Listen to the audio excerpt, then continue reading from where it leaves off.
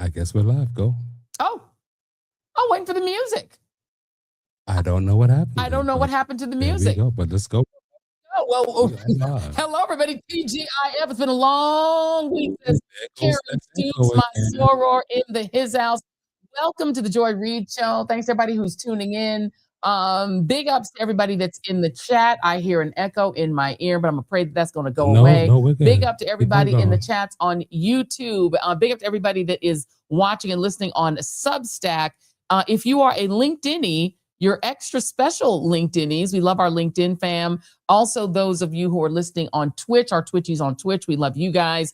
And everybody that's watching, if you're watching on an audio podcast platform, thank you for doing that. We just appreciate any way that you have decided to be with us on this happy Friday. It is Happy Friday, family. There's Jason saying happy Friday. Happy Friday. Happy Friday. It is no King's Eve, meaning we are less than 24 hours away from the No Kings Part 2, the No Kings third anniversary, No Kings 3. And of course, you know what that means. Joy Reid, Jim Acosta, Don Lemon. Hey, Lemonheads. I see all the Lemonheads popping in with their lovely lemons. We will be bringing the super group back together again tomorrow for No Kings Part 2.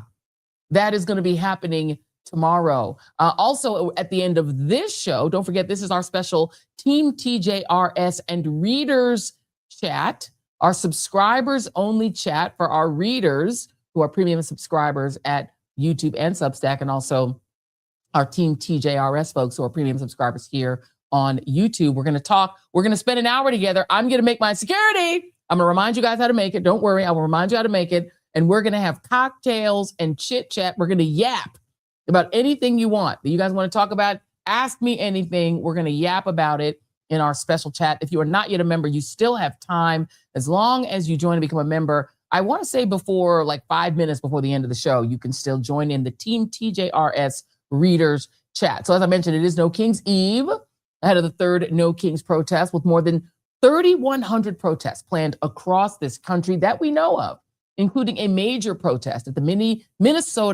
Minneapolis state capitol, which tens of thousands of people are expected to attend, including Governor Tim Walz, who has said that ICE and the Border Patrol deployments in Minnesota caused generational trauma, particularly given the murders of Renee Nicole Good and Alex Preddy. That all came, of course, on top of the George Floyd protests back in 2020. Governor Walz told Ms. Now that the good news is that nobody here is forgetting what has been done to our community, he said, unquote, and he cited the state's ongoing lawsuits against the Trump regime. Also on that Minneapolis bill, which is being called the flagship national protest, is Bruce Springsteen. None other than Bruce Springsteen will be headlining that Minneapolis protest. We're going to have Liz Winstead live from that protest. We're going to have our own Nitha Khan live from New York City. We've got Tiffany Cross who's going to be in DC. You name it, all the fun people are going to be there on our extra special, super duper live, triple live, Don Lemon, Jim Acosta, and myself. So really excited from that. By the way, I am just back from another protest that happened today in front of the John F. Kennedy Center. That is still what it is called, which Trump has defaced by slapping his ugly name on it. Let's throw up, if you could throw that up. There it is.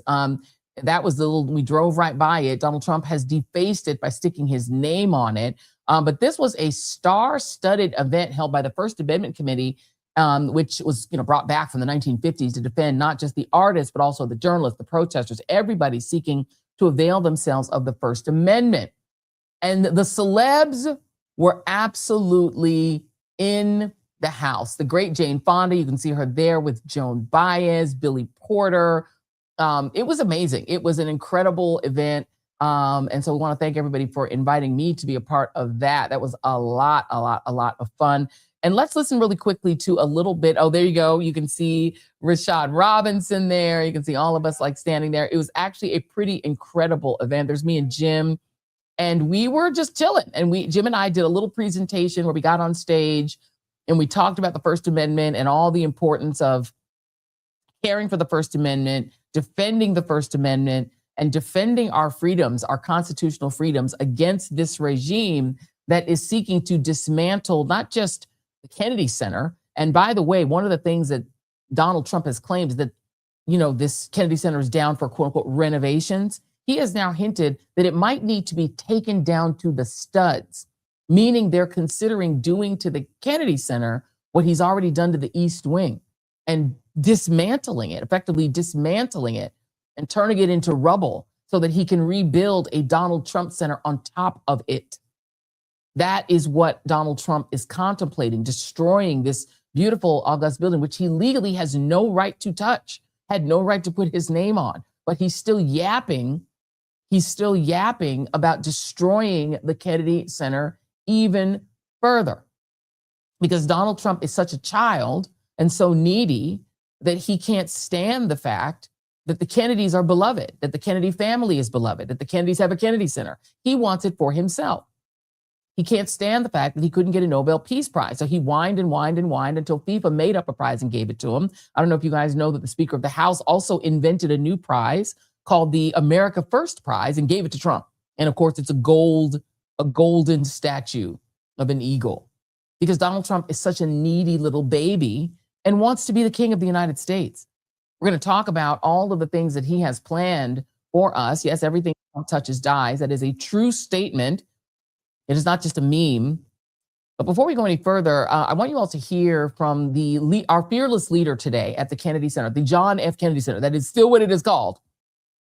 And that, of course, was Jane Fonda, who really, set the house on fire. She was the lead speaker at this incredible First Amendment event. And she talked her shit, as they say. So let's listen to Jane Fonda. Trump has taken over the approval of media mergers. We risk having major jewels in the crown of independent journalism and nuanced entertainment being gutted. I am referring to Warner Brothers Studios, CNN, and HBO. God, it hurts me to say those names that may soon not be what they were. You'll hear more about why going after artists, writers, and journalists has always been page 1 in the authoritarian handbook. We can model courage. Courage is contagious. We can tell stories that allow people to feel across difference. Feel across difference.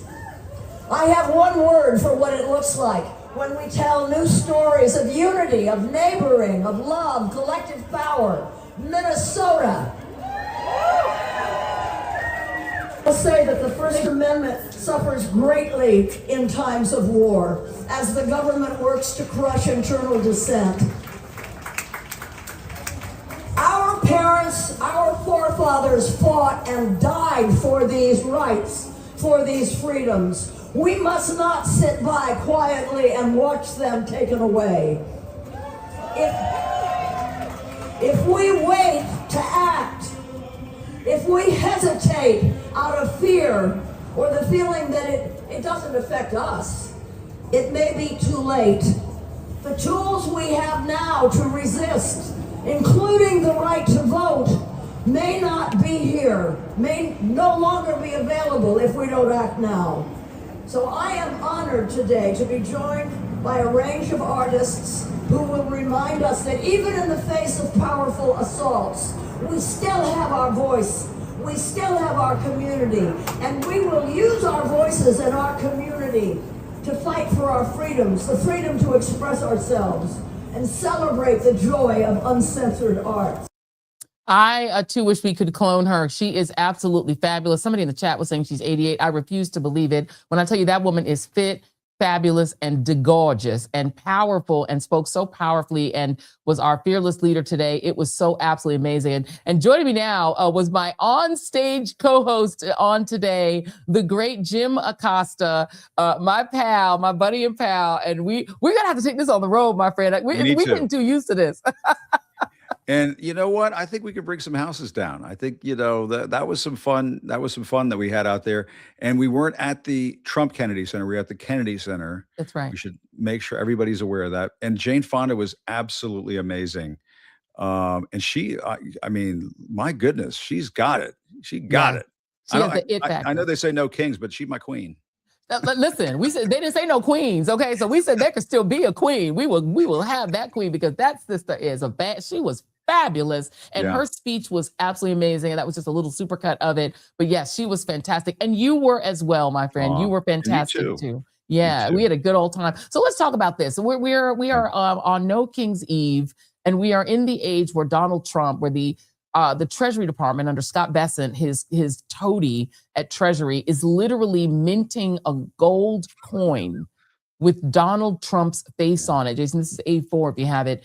It is absolutely insane that 250 years after the founding of the country and the separation from the king, Donald Trump is behaving just like he's Mad King George. Not just that, Jim, but also they are preparing to place Donald Trump's signature, unprecedented, on our money. And it is not clear yet which denominations of currency he's going to get to put his stupid magic marker signature on. But it's as a journalist, can you even believe this is happening? No, and I mean, it's a continuation of what he's been doing all around DC, vandalizing the Kennedy Center by putting his name on it, putting the gold stuff everywhere in the White House, where, so much that Liberace would blush, basically. Saddam Hussein would be like, I think that's too much, Imelda Marcos, et cetera. And now he's doing it to our money. I mean, are they going to come to our house and put the gold crap in our living rooms? Like, is that next? We don't get the gold, Jim. We're not allowed to have the gold. The gold is for Donald. And the other thing, Joy, speaking of the gold thing, the other day he was claiming, I don't know if you saw this, the other day he was claiming that all of the gold stuff they put around the White House is authentic gold. And this is, I want some reporter out there to find the documentation to show us. I think it's just some White House staffer in the driveway with just the gold spray paint. Just for, it's yes, Mr. President, it's solid gold, don't worry. And also the thing is, Donald Trump is not the brightest man in the world. All you'd have to do is put some styrofoam and spray paint gold on it, and he would believe that it was gold. He'll just believe it. And you could do it cheaper and like save whatever money. And first of all, even if he paid these people, but you could just keep keep the difference. He wouldn't even know. How would he know? Well, and I mean, we make fun, but they're also hanging his face on the Justice Department. Yes. And what kind of message does that send to the career prosecutors coming in and out of the Justice Department? Like, for example, investigating the Epstein Files. Yes. If anybody wants to understand why we haven't had any pedophiles arrested in this country, any big names hauled in, like the Brits, they bring in Prince Andrew. Where's our Prince Andrew?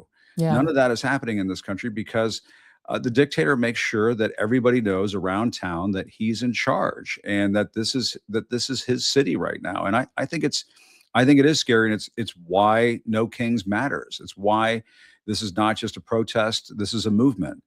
And, the message has to be sent. Just a little while ago, Brendan Carr, the chair of the FCC, I tried to send this to your team, but he was talking about you and me, Joy. He was doing I think it was at CPAC or one of these things. And he was talking about how they got rid of you and they got rid of me and they defunded NPR and PBS and the new ownership of CBS and CNN and so on.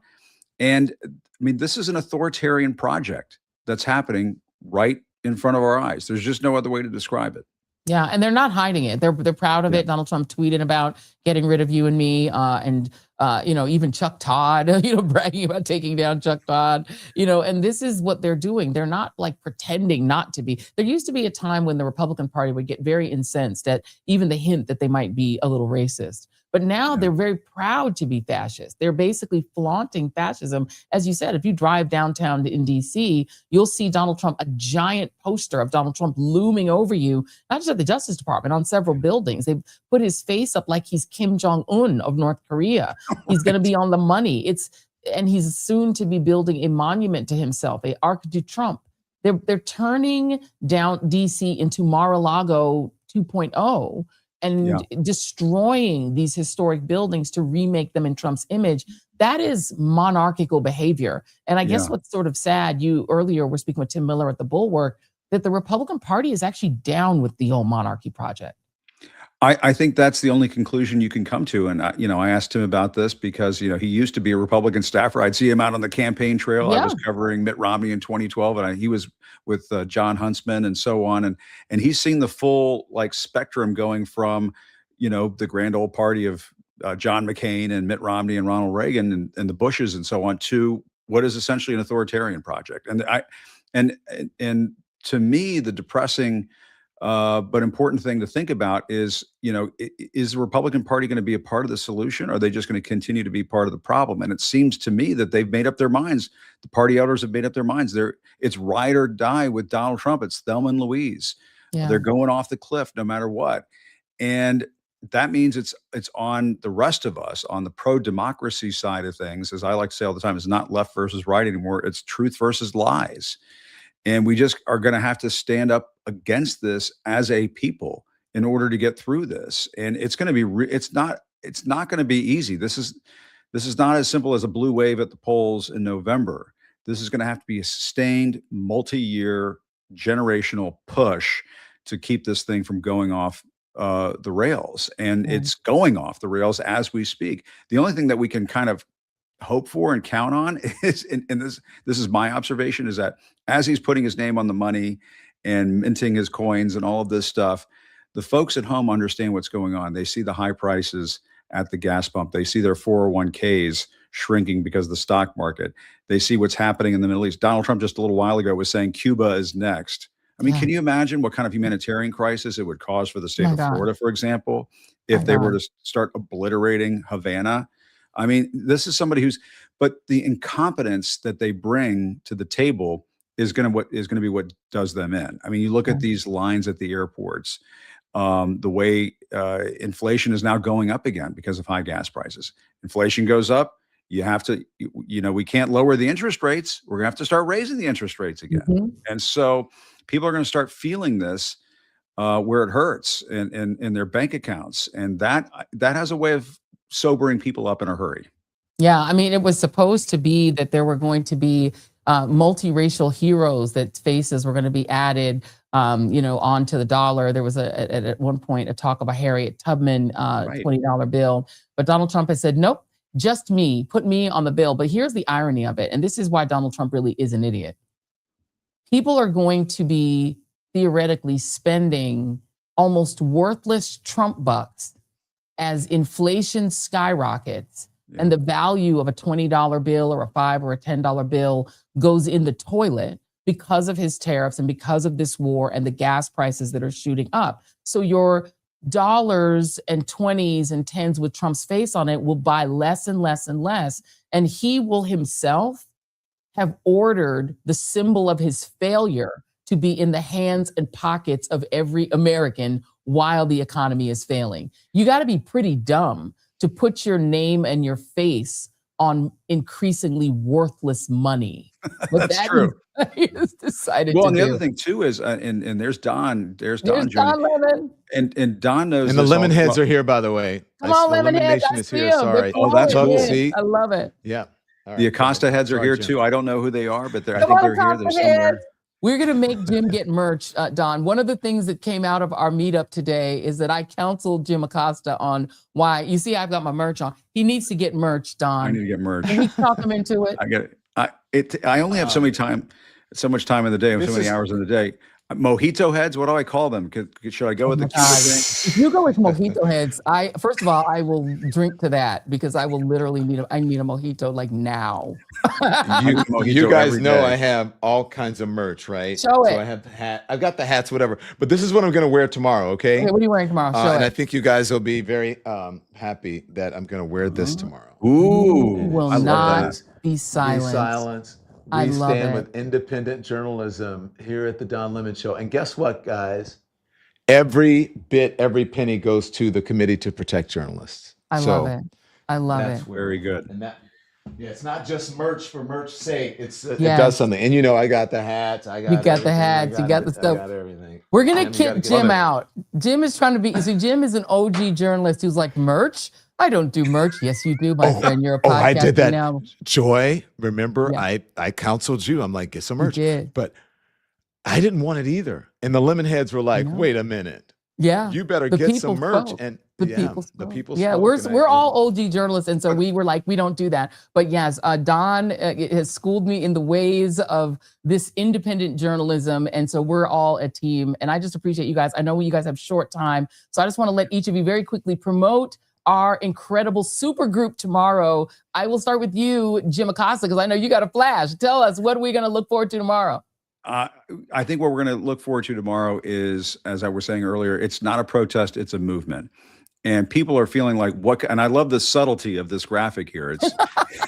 It's not Trump being burned in effigy. It's Trump setting the world on fire, as I've explained to people. And then I know, and starting with Jim Acosta. Look, he's I know. right there next to you. He's like, get Jim now. I'm always feeling the flames from that guy. Let me tell you, orange flames, as it were. But I mean, to me, it's so American to do this. It's as American as baseball and apple pie, to take to the streets, make your voice heard, tell them, up yours on these gas prices and on this war of choice and everything else. That's exactly why we do this. And Don was talking about, the T-shirt there, and how you can't arrest the First Amendment. I mean, that to me is the most precious part of the whole thing. Like that is, if we don't have that, we are cooked. And so let's just be loud. And it says bigger and madder. Let's get mad. I mean, there's a lot to be mad about right now. Yeah. And so I can't wait to get out there and be with you guys again. It's gonna be a lot of fun. We just absolutely love being together. It's going to be amazing. Don, give us your big pitch for why people need to tune in tomorrow to No Kings 3.0. Okay, so I'm going to say something, and you guys may at first view it as a negative, but I view it as a positive, and I also think it's a bigger opportunity for the folks to watch us. So I have noticed that, and you guys may have a different perspective, a different experience. I've noticed that there isn't, I don't see as much, I don't necessarily fanfare, but press around it. It's not like at the top of my algorithm, the No Kings. I see it, but not as much as I should see it. And this is how I feel. So this is an opportunity, I believe, for folks if they're not going to go to watch us. But I feel like there are people who are just burnt out. Yeah. Joy and Jim. I think that they are just exhausted, and they have news fatigue, war fatigue, protest fatigue, Trump fatigue. And I think that a lot of people, and this is the good part, have made up their minds. And the bad part, they've made up their minds. And they said, someone was saying, I don't know, I may get out there and protest, I may not. But I'm so done, I am going to get out there in November. They've already made up their minds. Someone was saying, like, I ain't got to go out there. I'm going to the polling place. So, and if you're not going out there, then tune in to us at 1 p.m. Eastern time on the Joy Reid Show, on the Jim Acosta Show, and on the Don Lemon Show. I don't know if you guys agree with that, but I just feel like people are worn out. I do. And you know what helps with exhaustion and feeling burnt out is to be together with other people. Don't sit at home alone feeling burnt out. What we've created is a community, and this community spreads across these 3 amazing shows. We're all partners in this fight for democracy, but you do not have to fight alone. We are not just going to be in here lecturing y'all about voting. We have a good old time, honey. We are going to have fun. We're going to laugh. We're going to make you laugh. We're going to have people on that you absolutely love, your favorites. And we're just going to be in communion. We're going to be in community together. So that is my big pitch. Don't you want to hang out with the 3 of us? Look how fun we are. Come on. Jim promised to make us mojitos. What more do we need? I will drink a mojito live on the show if it'll help. I just want to do my part. Do your part. Margaritas go a long way. And the margarita. Okay, we all got our drinks. Go a long way. Yeah. I love you guys. I will see you guys tomorrow. I love you too. Let you guys Lemonheads, be good in here. Do not embarrass me in front of company, okay? Lemonheads, because they can be like the Beehive.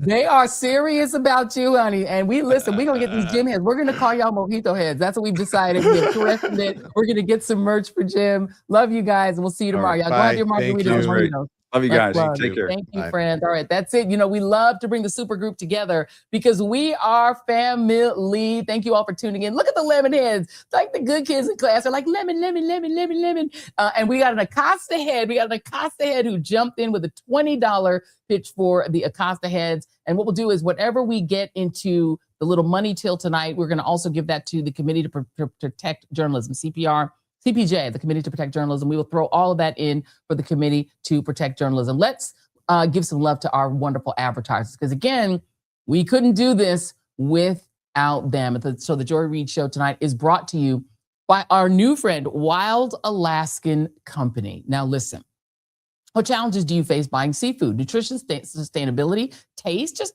let us know. On my side, as a pescatarian, I'm always looking for something new to eat, something delicious to eat, and that will actually fit into my new sort of diet and lifestyle, that I'm trying to be healthy and we're trying to stay away from not having the meats.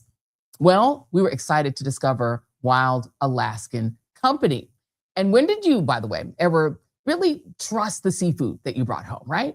And I use to question everything from nutrition and taste to sustainability, because you just never know what you're taking home from the store, until I discovered Wild Alaskan Company.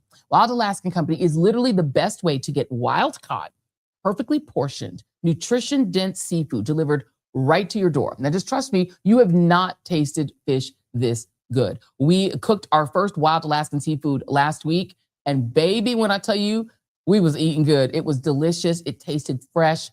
It was like perfection, right? It was absolutely delicious. We got our first box, we opened it, we cooked it. It's all portioned out. It's in its portion. So if you're a person that meal preps, it's absolutely perfect. And we love the fact that it's sustainable and it came right to the door. 100% wild caught, never farmed, which means no antibiotics, no GMOs, no additives, just clean, real fish that supports healthy oceans and also fishing communities. It's nutrient rich, it's full of flavor. Wild Alaskan fish is frozen right off the boat to lock in taste, texture, and nutrients like omega-3s. Sustainably sourced, wild caught from Alaska. Every order supports sustainable harvesting practices, and your membership delivers flexible shipments, expert tips, and truly feel-good seafood. And this was the one I think we had the haddock last. That was the one we had last time. Tonight we're going to have some cod. It's just absolutely delicious. If you're not completely satisfied, by the way, you can try it risk-free with a 100% money-back guaranteed. If you're not completely satisfied with your first box, Wild Alaskan Company will give you a full refund. No questions asked, no risk, just high quality seafood. Not all fish are the same. Get seafood that you can trust. Go to wildalaskan.com/joy for $35 off your first box of premium wild caught seafood. That's actually a huge savings, $35 off. That is wildalaskan.com/joy for $35 off your first order. And thank you to Wild Alaskan Company for sponsoring this episode and for that delicious meal that we had. And we're going to have another one tonight. All right, you all, let's talk about more on this wonderful No Kings Day that's coming up. Let me play you a throwback. It's a slight throwback from when we did the real State of the Union, called the State of the People's Union, with our friends at Move On. This was like about 2 months ago. Because I gotta remind this country that lesbian, gay, bi, trans, and queer people, we've always been here and we're not going anywhere. This is our country too. This is our country too. We have paid for it in funerals, in freedom songs, in court cases, in classroom battles. When I say this is our country, I'm saying it with my whole chest. And once again, we are here to defend what is ours. Because, my friends, these are not ordinary times. There's nothing ordinary about this president removing the pride flag from Stonewall. There's nothing ordinary about them cutting billions of dollars from HIV prevention and throwing it into building more ICE detention facilities. We need health care. We need food. We don't need mass incarceration. And there's certainly nothing ordinary about this government murdering United States citizens. Renee Good should still be alive. Alex Preddy should still be alive. Ruben Ray Martinez, Dr. Linda, Keith Porter Jr., and all the other people who have died in ICE custody should still be alive. These right here are serious times that require serious leadership. And if that leadership isn't going to come from the White House, it's sure as hell going to come from people like us, gathered like this to create change and fight for freedom and not give up on our country. Isn't that right? So I want to say this. I pray that one day my children will grow up in a world where they feel just as safe surrounded by the American flag as they do when they are surrounded by pride flags. And the only way that that day will come is if we show out and vote this November. If we talk.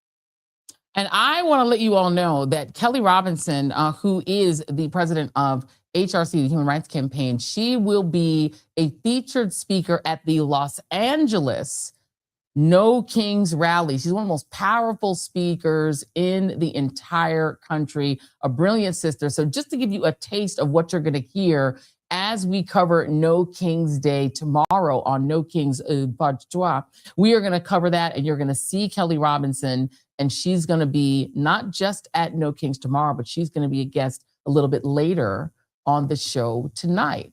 But before we get to that, I want to remind you that we've got more than one sponsor on tonight. Let me tell you something. Launching an independent media enterprise, and Don Worley was one of the first people that I sat with, and he was like, here's what the deal is, right? And one of the things you absolutely need when you are launching an independent media business is you need to have sponsors. You need to have advertisers. You need to have people who will rock with you and roll with you. And those are the people who you know support not just you as a journalist, not just you and your audience, but also the whole enterprise of being independent. And the Joy Reid Show tonight is also brought to you by our friends at Fast Growing Trees. Now listen, this is another one that we actually use. One of the things we love to do is we talk about stuff that we actually use in our real lives. And did you know that Fast Growing Trees is not just one of my favorites, because I do love a good tree that I don't have to work too hard to make grow. I'm not the most green thummy person. But Fast Growing Trees is one of America's largest and most trusted online nurseries with thousands and thousands of trees and plants and over 2 million happy customers. They have all the plants that your yard or home needs, including fruit trees, privacy trees, flowering trees, shrubs, and houseplants, all grown with care and guaranteed to arrive at your door healthy. It's like your local nursery, but anywhere you live, with more plants than you'll find anywhere else. Whether you're looking for a tree for indoors to make your interior look beautiful, or like a whole hedge to like fence your whole yard in, Fast Growing Trees helps you find the right options that actually work for your climate, your space, and your lifestyle. They actually do a little thingy when you go on the site and you tell them what your zip code is, what the kind of climate that you're in is, and they like fix it to make sure that it fits your lifestyle. Fast Growing Trees makes it easy to get your dream yard. You just click, order, and grow, and get healthy, thriving plants delivered right to your door. Their Alive and Thrive guarantee promises that your plants will arrive healthy and happy. No green thumb required, because I ain't got one. Just quality plants you can count on, and it will grow without you being able to mess it up. Plus, get ongoing support from trained plant experts who can help you plan your landscape, choose the right plants, and learn how to care for them every step of the way. And I can tell you that we have planted our first 2 fast-growing trees right here at Joy Reid, and they are already looking adorably cute and growing. And the beautiful thing about it is not having to like pull up a YouTube and figure out how to care for them, what to do with them. They give you all the instructions, and they make sure that your plants are healthy and already on their way to growing. They're not like itty bitty, unless that's what you want. So I want to let you guys have an opportunity to also become a customer of Fast Growing Trees. They've got some really great deals right now on spring planting essentials, up to half off selected plants. And listeners to this show get 20% off their first purchase when using the code JOY at checkout. So all you have to do, you can get 20% off additional at checkout for better plants and better growing at fastgrowingtrees.com using the code JOY at checkout. So go to fastgrowingtrees.com and then just use the code JOY. Now's the perfect time to plant. It is spring. Let's grow together. Use JOY to save today. Offer is valid for a limited time. Terms and conditions may apply. So to get back to what we're going to be doing tomorrow, we are going to start at 1 p.m. Eastern Standard Time, but the protests are going to be starting at 1 o'clock in the East Coast, all the way till about 5:30 or 6 o'clock nationwide. That's East Coast time. So there are protests from the rooter to the tutor, from the north to the south, 3,100 protests and counting. We actually don't even have a full number because Indivisible, which is one of the organizing entities, has put out their own list, but people are jumping on board without even having to necessarily coordinate with other people. So everyone is kind of doing their own thing. I will tell you that the Minneapolis protest is considered the landmark protest, the main protest. And the reason for that, of course, is that Minneapolis is where 2 Americans were shot dead in the street by ICE and Border Patrol. And the Renee Nicole Good and Alex Preddy murders have galvanized Minneapolis for a second time. And it's interesting because we don't tend to think about Minnesota or Minneapolis as sort of a landmark civil rights, sort of center of the civil rights movement, but it's become that in the modern times, obviously because of George Floyd, but also Philando Castile and all of these other killings at the hands of state authority. So in this weird way, Minneapolis has become the central hub of protest, but there are also other spokes off of this central hub. We obviously have Portland, where the frogs came from, and you're going to probably see lots more frogs and incredible fairy tale creatures marching and protesting there. Obviously, DC, where Donald Trump also deployed the National Guard. He had them picking up trash and doing gardening and also just showing themselves with their firearms. There's going to be a big, massive protest there. Jim Acosta is going to be live at that protest. There are protests across the South, even in red states. We're expecting to see protests in Atlanta, in Houston, Texas, in Dallas, and all over the country. But some of the big hubs where we've seen some of the most sort of active ICE activity, places like Chicago, Illinois, we're expecting those to be some of the largest protests. I hope you guys will tune in. One of the questions that people were asking, even today, when we were at the Kennedy Center, is sort of what's the outcome? Like, what are we looking for in terms of an outcome? Lots of people being in the streets is not an outcome in and of itself. I think a lot of people believe they're like, we're just showing up to show that we have discontent with this regime. But I would argue that that's actually not true. Just showing up is actually one of the steps to countering autocracy. If you look at autocracies that have grown up around the world, what you'll find is that one of the ways that you push back on them is just for people to physically show their opposition. You think of Tiananmen Square, right? Tiananmen Square, in which somebody died standing up to Chinese tanks. Just the physical presence of those protesters, the physical presence of protesters in places like Iran, throughout the Arab Spring in places like Libya. These protests just showed that the population is not down with the regime. And that actually is an important first step to getting people comfortable with saying no. The challenge that you have is that in autocratic states and autocratic societies, people generally go along with it. People generally give in. People generally don't fight back. Even during the civil rights movement, it was a minority of people who marched, a minority of people who sat in at Woolworth and other lunch counters. It was a small percentage of the people who did it. The vast majority of people kind of quietly and maybe even miserably went along with those autocratic systems. Very few people were actual active abolitionists, but the ones who were inspired people simply by having a physical presence, just being in these streets. The whole idea of we outside, that is actually a real thing.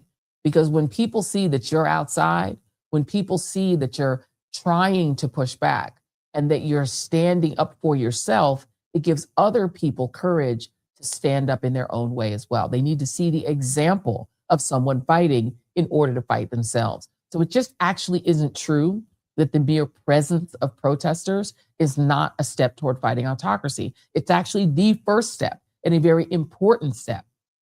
If you think about the protests against the Vietnam War, it was the physical presence increasingly of actual military, uniform military, that started to see the end of that war. Because when you actually saw people in military uniforms, including John Kerry, stand up and say, I won't not go and put my body on the line to fight Vietnamese people who haven't done anything to me, when Muhammad Ali said that, the physical presence was actually a first and important step to the protest. All right. So this is the way it goes. Thank you, FRP Knox, who said, I usually don't give my money away so often, but anytime I watch your show, I see it flying out the window. We so appreciate it. People saying Georgia, we have a lady, Katza, saying Georgia is way more purple than people think. DSA is going to show out in Atlanta. Joining me now is the lady who you heard her voice a little earlier, one of the most powerful and dynamic speakers in the country, nay, the world.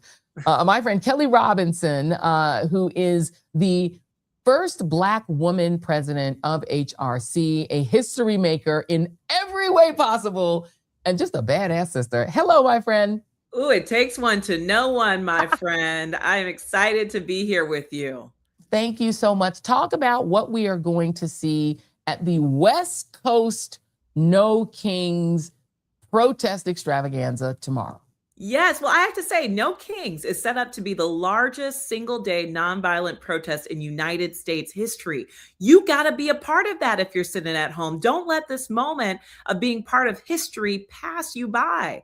And here in Los Angeles, I've been everywhere. I've been out at, the Abbey, talking to the people where the people are at. I've been down at Ralph's in the grocery store. I've been getting coffee down the street at the local coffee shop. And everywhere I go, people are saying they are going to show up and show out because it matters. And here in Los Angeles, to me, it's a city of dreams, the city of storytelling, the city of imagination. And I'm so excited to be surrounded by creatives and storytellers and artists. They're committed not only to responding today, but like you were just saying, envisioning the future for tomorrow. All of that is happening in LA, down by City Hall tomorrow afternoon. Yeah, and you talked, we played the clip when we were all together at the real State of the Union, the People's State of the Union that Midas Touch and MoveOn.org through, and we were both there together. And, you talked about Stonewall and this regime defacing the Stonewall Monument. And I was, trying to sort of get across the idea that presence actually, it is more than just a visual, right? That it actually is powerful. And the presence of those protesters at Stonewall was a shock to the system, right? People didn't expect gay and trans folks, including Black trans women, to show up and say no. And when they did it, it shocks the system. So can you just talk about the power of protest in and of itself, even if it's not connected to some other bigger scheme or plan? Yeah, this is important. People are finding courage in community. And if folks don't remember, a couple weeks ago, Donald Trump's administration in the middle of the night made the decision to remove the pride flag at the National Stonewall Monument. Can you imagine? Overnight, they removed the pride flag. And some of us got together and said, oh no, not on our watch. And we went out and put that flag back up. And, I wasn't there in the late 1960s and 70s when those uprisings were happening, but I could say I was there in 2025 when we put the flag back up. Mm-hmm. And when I think about this moment, this No Kings is different from the one that was in June or the one that was in October, right? It's very different because it feels like the momentum is starting to shift. We haven't been winning on every policy fight, but people are believing that change is possible and showing up in big numbers. They saw us win a state House seat in Florida in the Mar-a-Lago district that Donald Trump sits in. They've seen us have powerful victories in Virginia and New Jersey and New York. They've seen people show up in the hundreds of thousands from Minnesota to Georgia to here in Los Angeles. And I think that matters. So in the arc of movements, it's not always just about the win that's in front of you. It's about, are you on the right side of momentum? And I know you talk about history all the time. I think a lot about the March Across Selma, right? Mm-hmm. A lot of people forget that Bloody Sunday was actually a day when they did not complete that march across the Edmund Pettus Bridge, right? They didn't make it all the way, but they came back 6 weeks later. I think they went from having a couple hundred people the first time to having a couple thousand people the next time and kept the momentum going. That's what this moment is about. We can be knocked down, but we're not going to be knocked out. And a lot of people that are having a moment right now of awakening are coming into this movement and fight. And this is a time for us to welcome them to be a part of it. Yeah, today at the Kennedy Center, where the First Amendment Foundation, we're protesting in favor of the First Amendment and protesting against the defacing of the Kennedy Center by slapping Donald Trump's hideous name on it. And I got a chance to meet Joan Baez, which, first of all, legend. Okay, so I gagged, but I got a chance to meet Joan Baez, and we had this conversation about, how I said, it feels so wrong to me that, her generation fought these fights already. She was singing "We Shall Overcome" in the 60s. And now she has to come back and do it again. And I asked her if it frustrates her to feel like we've gone back to square one. And I think she was very poignant in saying it's really not square one. We actually moved forward significantly, which is the reason they're trying to retrench, right? So we did make progress. It's not that it's all been undone, but she's like, we're just prepared to fight it again. We'll just do it again. And I loved her spirit in saying, you know what, if we have to do this 10 times, we're never going to stop until we get human rights and human decency for everyone. That's the energy we got to have, right? And the stories that we tell ourselves matter a lot right now. Look, I am a Black queer woman in America. If you've got a time machine, do not put me in it. Because if we go back to nearly any other chapter of United States history, I can't live my life as who I am and out loud. So I am clear that just my being is a testament to the progress that we've made. That doesn't mean we don't have more work to do, but we are actually part of this freedom struggle. And this is just our turn. And I think right now is just such an awesome opportunity because what's happening is they're fighting a future that's already arrived. Yeah. We are already here being Blacker, browner, and more queer than ever before. Yeah. And it feels a lot like white supremacy's last gasp at trying to shut down the power that they know is staring them dead in the eye. Yeah, I mean, listen, there was a couple blocks in Sugar Hill in Harlem where you could have been real cool. It was like 2 or 3 blocks in Sugar Hill, you would have been fine. There was some poets and everybody chilling with you. But other than those 2 blocks, you're not in a good place if we go back in time. But I mean, yeah, and I think that is, the core point, right?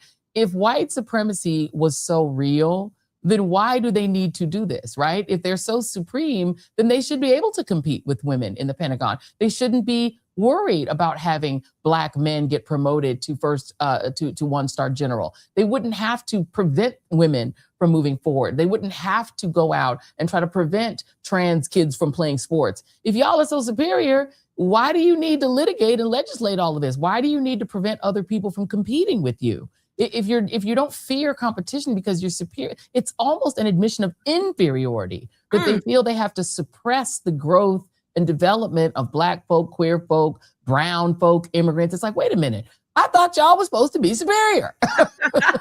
You are telling the truth on tonight, y'all. And that's what this is all about. It has never been about sports or about fairness or about any of those things. It's always been about power and control. And what I feel like is we as a movement talk for a long time about how America is approaching the moment where we're going to be a majority minority nation, about how 30% of Gen Z is a member of the LGBTQ plus community. And I was saying those things with my full chest as things to celebrate. But what I'm realizing is, as I was saying that out loud, there was another group of people that was shaking their boots, terrified about what that could mean.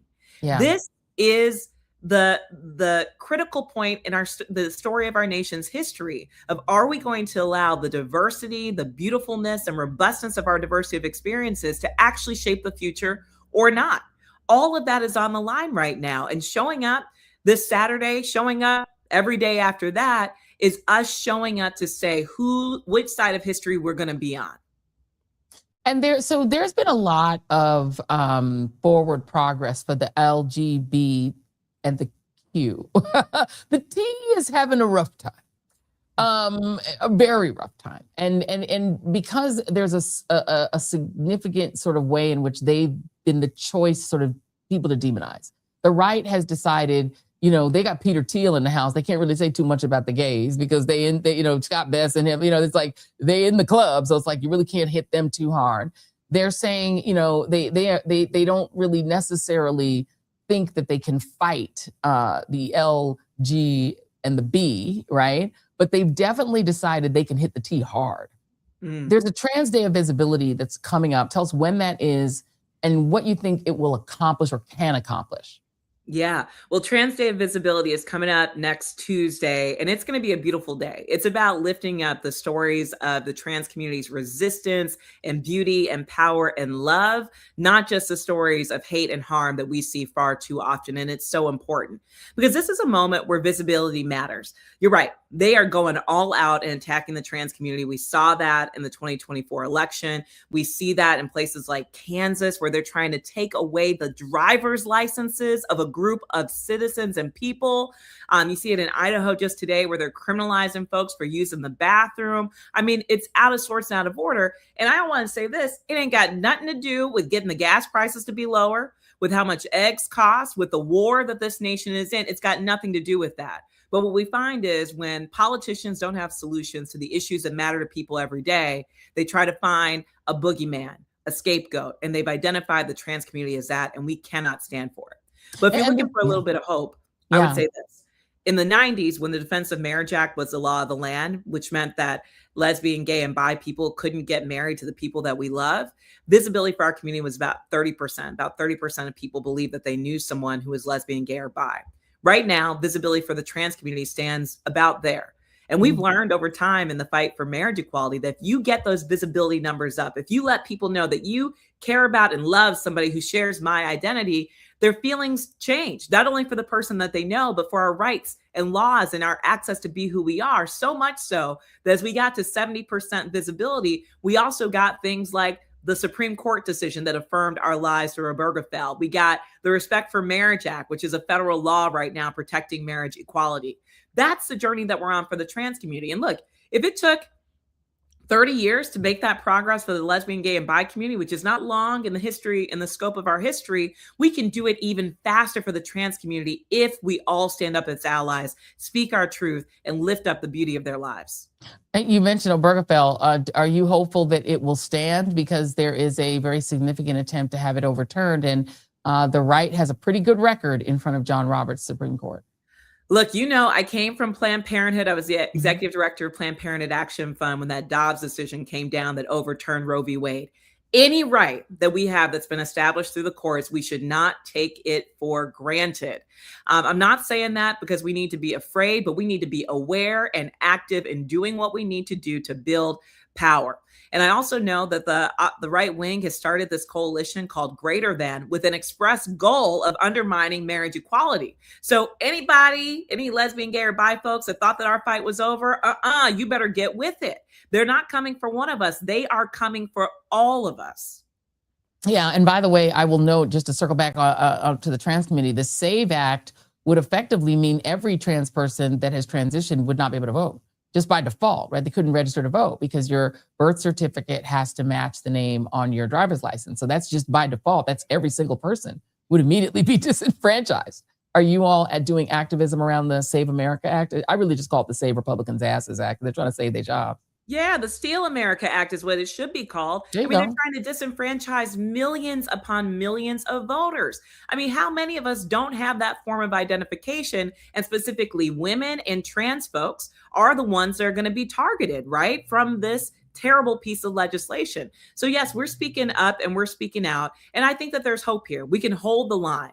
And we can also open a new conversation about what voting access and voting rights should look like.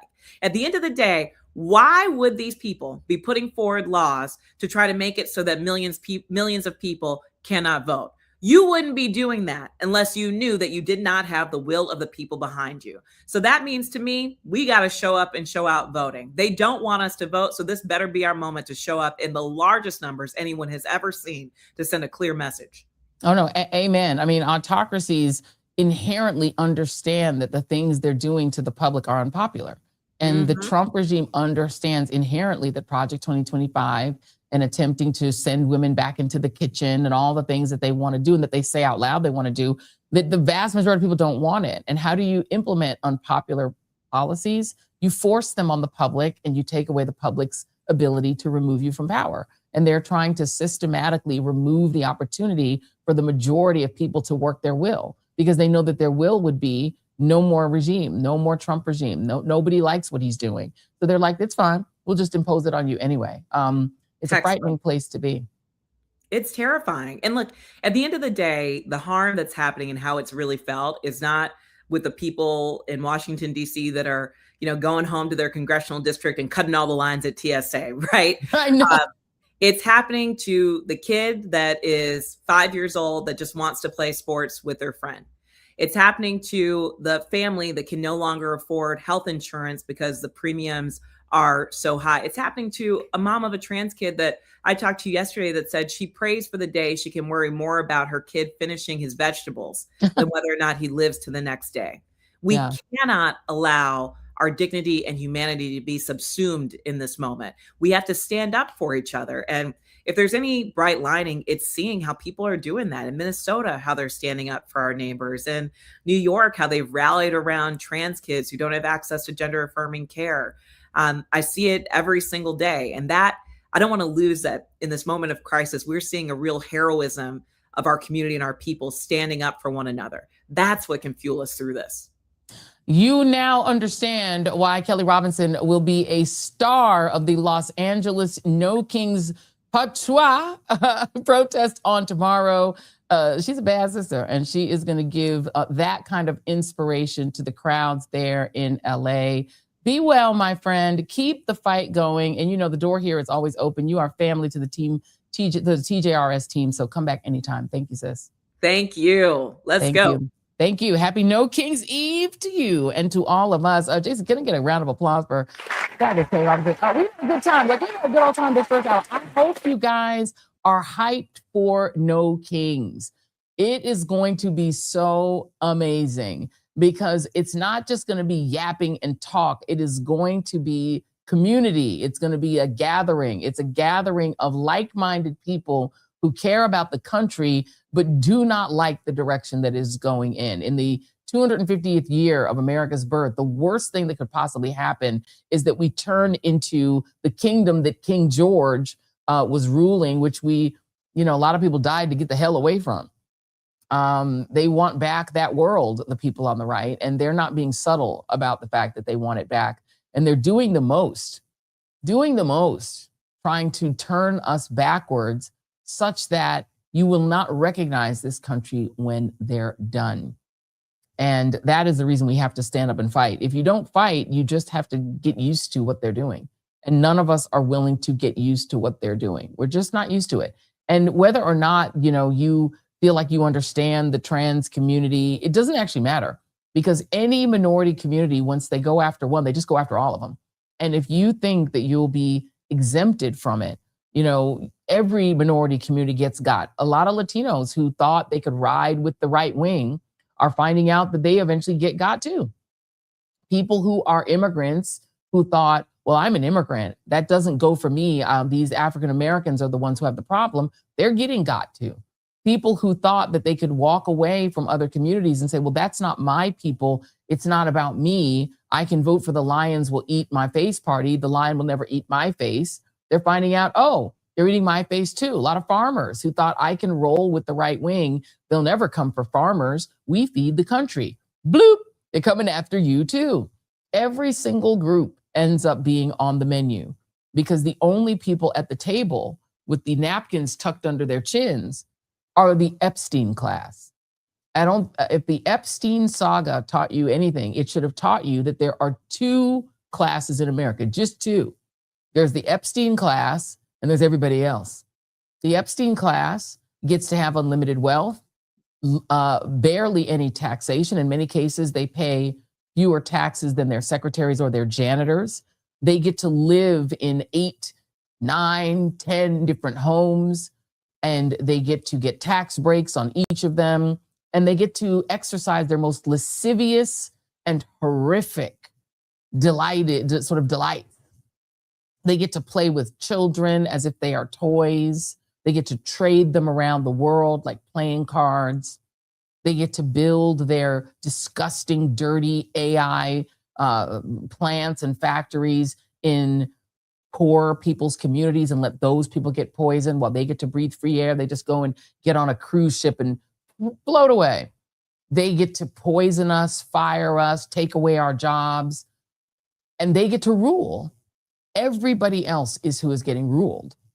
And if you think that, well, I can stand with them because I don't like trans people, good luck, because you're also going to be on the menu. There are only two kinds of people who are at the restaurant. It's the people that are cooking the food. It's the people that are eating the food, right? Or it's the people who are, the only kind of food, right? You know what I'm trying to say. You either on the menu or you writing the menu. If you're not writing the menu and serving the food, you on the menu. And every single one of our communities on the menu. AAPI people who thought, well, some of us are the model minority. They won't come for us. Oh, yes, they will. And they'll eventually get through every single one of the AAPI communities. There's none of them that they like. They actually will take some of you and say, hey, let's be plaintiffs against the Black people on affirmative action. And then bloop, the minute that case is done, they didn't kick your asses out too. They don't want you in there either. They've literally decided that there's only one group of people who get to thrive in this country, and it is the Epstein class. It is rich, billionaire, white, Christian men. And that's it. There's no one else that gets to thrive. There's no one else that gets to play. And their version of play is repugnant. They get to play by poisoning and stealing, taking, and in many cases by sexually abusing. Whatever they want, they can do it. Donald Trump loves to say, I can do anything. There's anything I can do. Donald Trump says, I want the Kennedy Center. It's for me. He gets to take it because he's in the Epstein class. He gets to say, I want to build an Arc de Trump downtown while everyone else is starving. He gets to do it because he's in the Epstein class. Jared gets to say, well, I want Gaza. I want to build a brand new housing development there on top of all the dead people. He gets to do it. If you're in that crowd, you get to do whatever you want. That is the world they're trying to build. Everyone else is on the menu. Everyone else is chattel. Everyone else is the equivalent of a cow, which they may pet sometimes. They may oil it up sometimes. They may give it new cow hoof shoes. They may treat it like a friend, but at the end, they're going to slaughter that bitch and eat it.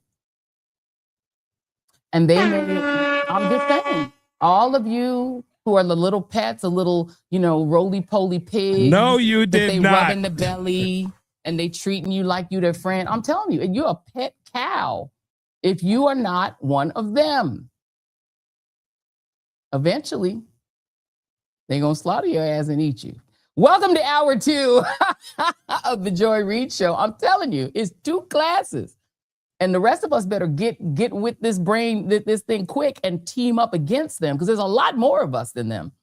But they're smart about keeping us so divided among ourselves that we're never looking at them. We're just looking at each other like, see, them people got X and I don't have it. See, them immigrants got all the jobs. See, the immigrants got DACA. I didn't get shit. We're so busy screaming at each other and fighting with each other. We don't understand we're all in the corral waiting for our turn at slaughter. Let me remind you all, as we think about all of this stuff, that everything that you've been told, speaking of the Epstein class doing what they want, everything that you've been told about this war in Iran is a lie. Everything. Not one thing that you've been told about this war in Iran is true, unless you've heard it from independent media or from right here on the Joy Reid Show. Everything you've been told by the mainstream or by the regime about this war is an LIE lie. Item. Let me prove it to you. I want to let you listen to Tulsi Gabbard. I'm not a fan of Tulsi Gabbard. I don't love playing her sound, but last June, she actually said a true thing. She warned that elite warmongers in this country were spoiling for a war with Iran. This is Tulsi on June 11 of 2025. Take a listen. Condemning survivors to agonizing deaths or lifelong suffering. A nuclear winter could follow, with smoke and ash completely blocking the sun, plunging the world into darkness and cold, killing crops and starving billions. Acid rain would scar the earth, wiping out entire ecosystems. This isn't some made-up science fiction story. This is the reality of what's at stake, what we are facing now. Because as we stand here today, closer to the brink of nuclear annihilation than ever before, political elite and warmongers are carelessly fomenting fear and tensions between nuclear powers. Perhaps it's because they are confident that they will have access to nuclear shelters for themselves and for their families that regular people won't have access to. So it's up to us, the people, to speak up and demand an end to this madness. We must reject this path to nuclear war and work toward a world where no one has to live in fear of a nuclear holocaust. And so that was part of her push, not against starting a new war in Iran, but the war that she sees looming between the U.S. and Russia. This is one of the reasons that some people on the MAGA side are against arming Ukraine, because they feel that it's just a prelude to World War III. So Tulsi was a vehemently anti-war United States Congresswoman. She was against even striking Libya Syria. And for that, she was said to be kind of soft on Bashar al-Assad, who was the dictator of Syria. And she was just against any of these interventions, right? So she gave a warning that warmongers were coming out and trying to start new wars not long before the warmonger that's her boss struck Iran and claimed that they obliterated Iran's nuclear capabilities by launching an operation to bomb Iran's nuclear facilities. So I want you all to listen to Tulsi's congressional testimony, and this was last year. The IC continues to assess that Iran is not building a nuclear weapon, and Supreme Leader Khamenei has not authorized the nuclear weapons program that he suspended in 2003. The IC continues to monitor closely if Tehran decides to reauthorize its nuclear weapons program. Okay, so that was Tulsi Gabbard. Sorry, that audio was a little low. She said the the IC, which is the intelligence community, which is 18 different intelligence services in the United States, all of which report up to her as she is the DNI, the Director of National Intelligence. This DNI job was created after 9/11 because of the concern by members of Congress that the US had missed the warnings of 9/11 because all the various intelligence agencies weren't talking to each other. So they created this thing called the Director of National Intelligence, the Directorate of National Intelligence, and they assigned someone to basically be the supervisor that all the intelligence agencies report up to, including the CIA. She's now the DNI, and she testified as the person who's all the intelligence agencies report their findings up to her, that Iran was not seeking to reconstitute its nuclear arsenal. Iran has never had nuclear weapons. They do not have nuclear weapons. They have a nuclear program for nuclear power. And the man who we killed, the Ayatollah Khamenei, actually issued a fatwa saying they would not build nuclear weapons. And this was after Barack Obama, President Obama, inked, along with the EU, a deal with Iran to de-escalate from wanting to have a nuclear weapon. Now, by the way, rationally, they probably should want a nuclear weapon because Israel has nukes.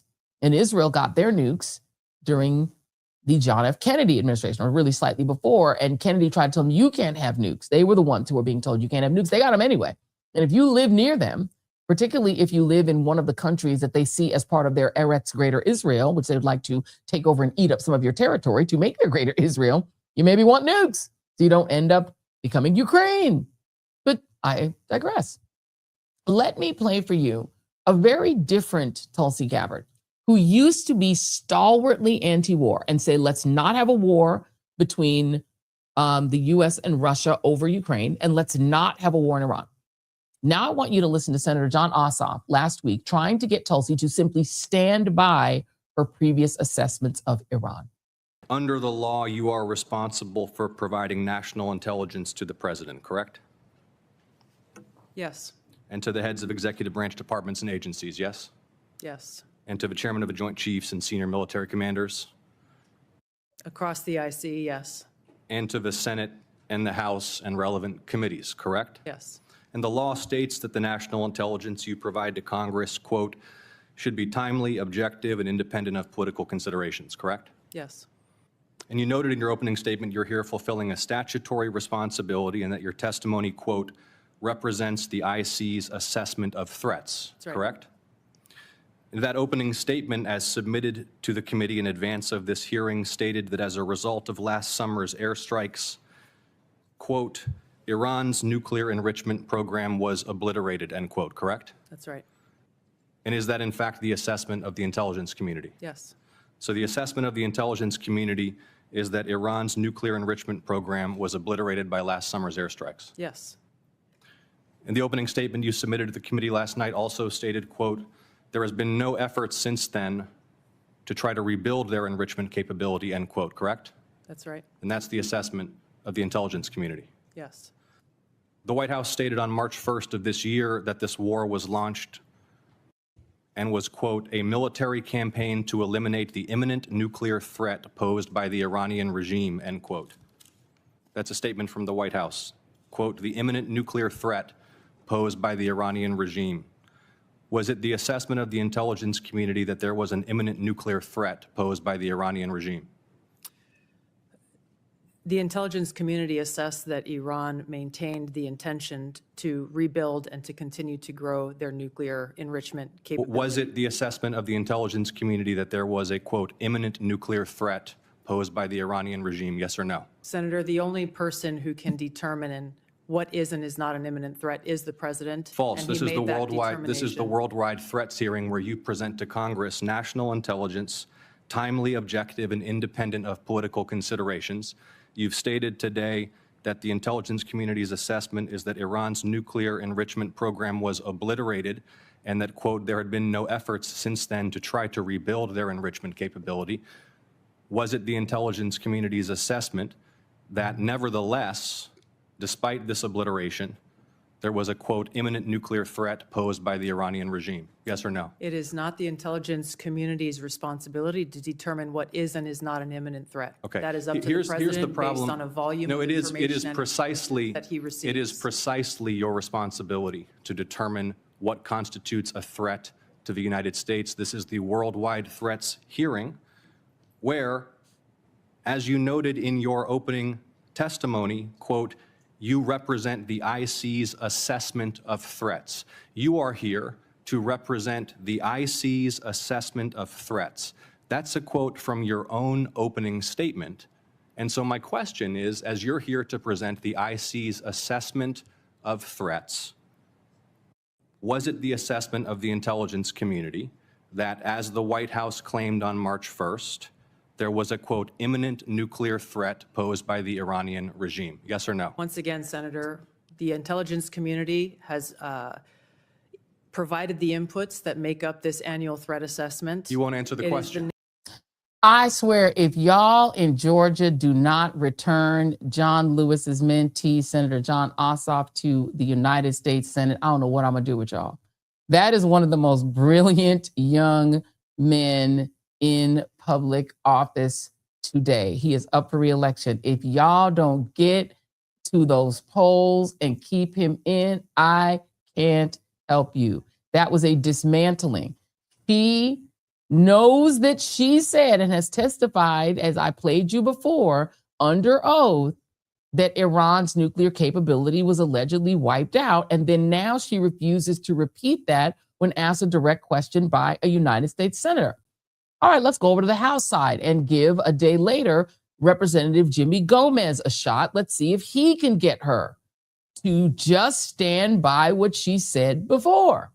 Last year, you testified that Iran was not building a nuclear weapon. Do you stand by that statement? Yes or no? Context matters with that Yes or statement. no? Iran had all of the reclaim my materials time. and I reclaim my capabilities time. to do so. Mr. Chairman, I reclaim my time.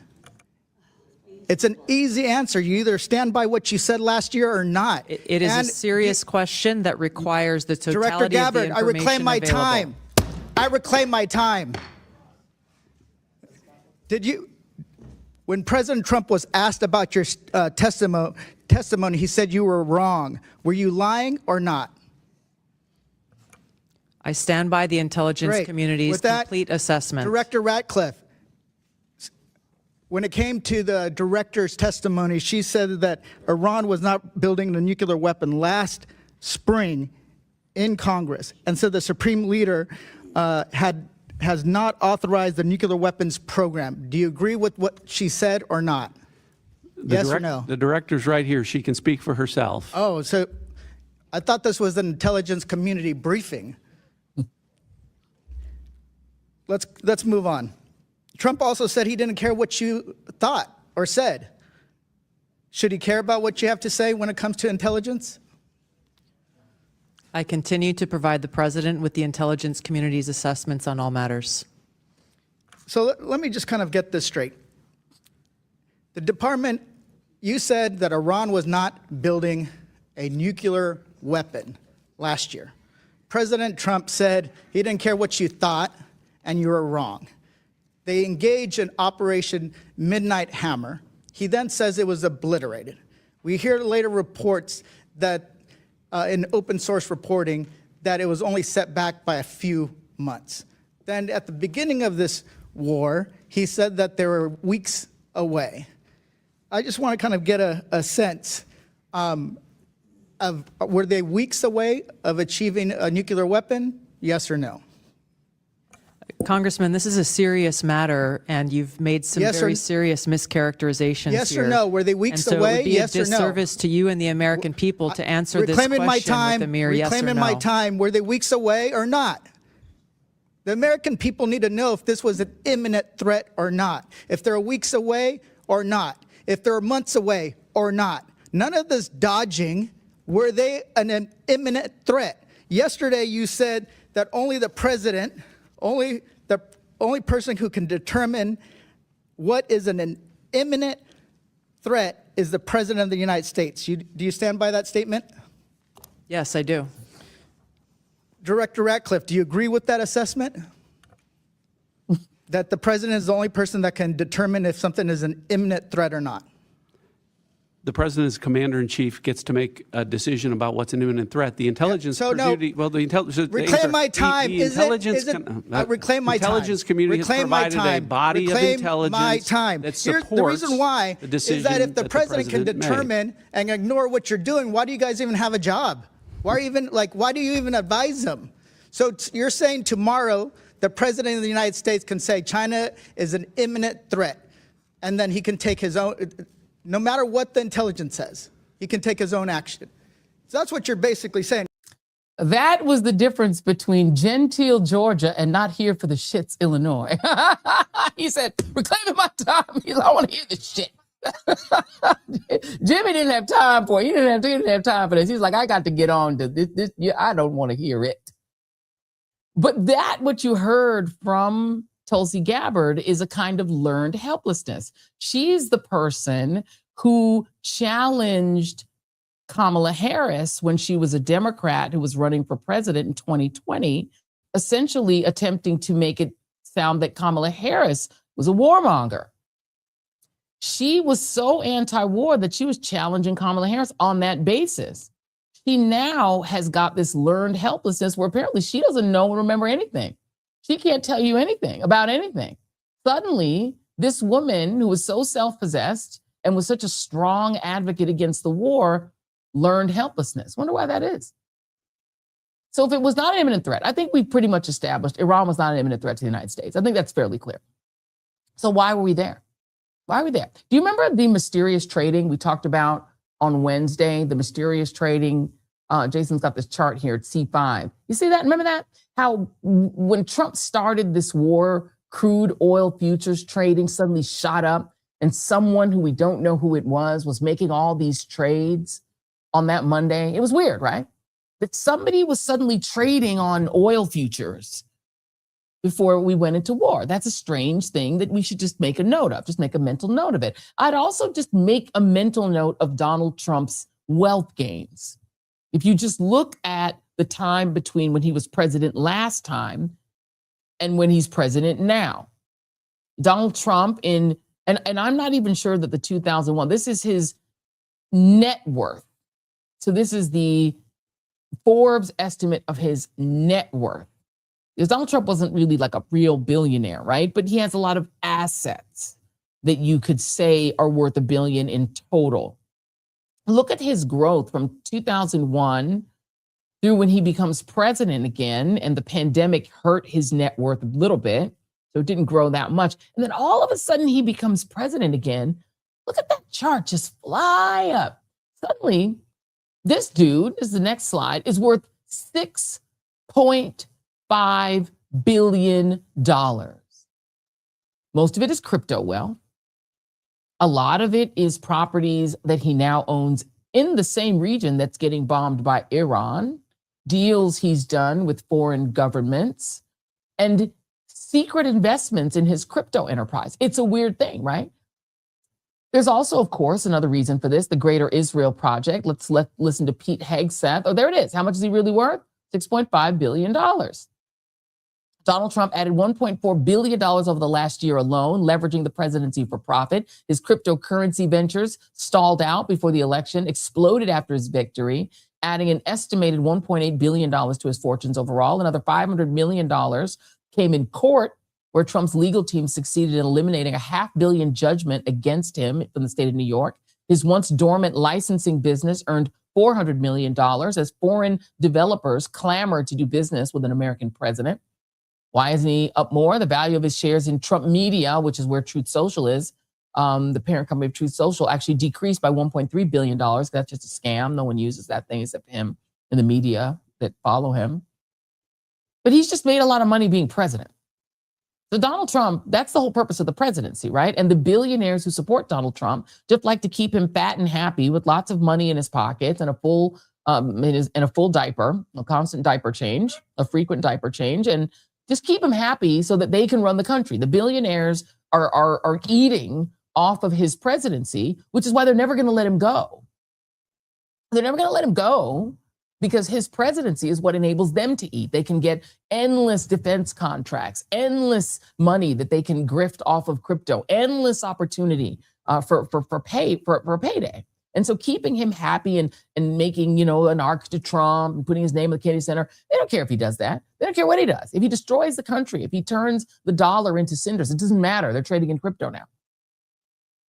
So one reason for this war is that it's making a small number of people really rich.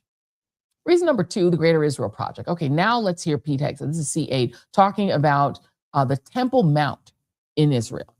And today, Jennifer and I and others had a chance to go see the Western Wall of the Temple Mount, the Western Wall tunnels, so much of the old city. And as you stand there, you can't help but behold the miracle before you. And it got me thinking about another miracle that I hope all of you don't see too far away. Because 1917 was a miracle, 1948 was a miracle, 1967 was a miracle, 2017, the declaration of Jerusalem as the capital was a miracle, and there's no reason why the miracle of the reestablishment of the temple on the Temple Mount is not possible. Okay, let's stop there. That's okay. The dates that... I don't know how it would happen. You don't know how it would happen, but I know that it could happen. So he's talking about these various dates in Israel's development. 1948, of course, being the establishment of the state. The Zionist, there's a 1917 sort of, European Zionists. There's sort of a Balfour Declaration. That's the Balfour Declaration, I believe, is 1917, 1967 war in which Israel, with the help of the West, because they had Western weapons, defeated the Arab neighbors. You can keep going. But this Temple Mount piece is important for you to know. The Temple Mount, so the Jerusalem temple was destroyed twice. The second time in 70 AD, Jesus talked about it, right? According to Christian theology, it's never going to be rebuilt because Jesus prophesied that the temple would be destroyed. The temple of Jerusalem would be destroyed and that it would never be replaced because he himself replaced the physical temple. So Christian theology says the temple doesn't get rebuilt because Jesus is now the temple. Right? But to ardent Zionists and to dispensationalist far-right Christian nationalists, it will be rebuilt. In fact, it'll be rebuilt right on top of the Al-Aqsa Mosque, which is what stands there now and is the third most holy and sacred site to Islam. Rebuilding it, in their view, would bring about Armageddon. The sect of Jewish fundamentalists, there was a gentleman named Schneerson who was their rabbi. He's died since then. That sect believes that in order to bring about the new Messiah, you have to rebuild the temple, right? So it's part of their theology. And Hegseth is the Christian nationalist. So they believe the same thing, which is why you're hearing him talk like this, holy war talk.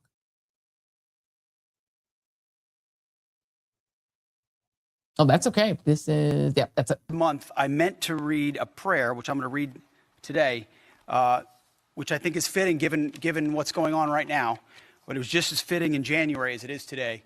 And it was sent to me by the chaplain who oversaw the Maduro raid.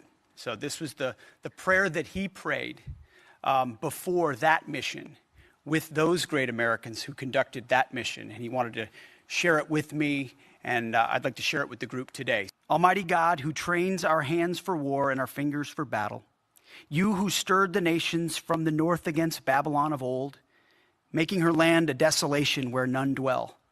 Behold now the wicked who rise against your justice and the peace of the righteous.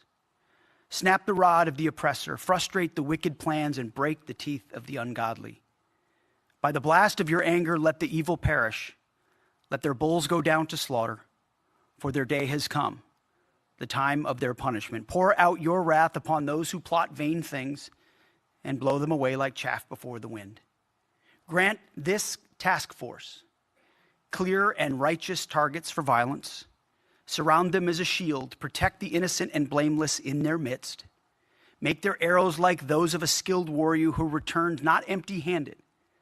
Let every round find its mark against the enemies of righteousness. And the enemies of righteousness. Given what's going on right now. Mm-hmm. The enemies of righteousness. The enemies of righteousness. The Babylonian king is the first monarch to destroy the Temple of Jerusalem. And that was in 587 BC. So you see what he's doing there? He's trying to use Bible talk and this holy war talk to frame attacking Iran as a fulfillment of the biblical prophecy to rebuild the temple at Jerusalem, so that far right-wing Christians will hear that. It will trigger them to believe this is a holy war. This is how they're trying to get people who genuinely do not want this war to be on side for it.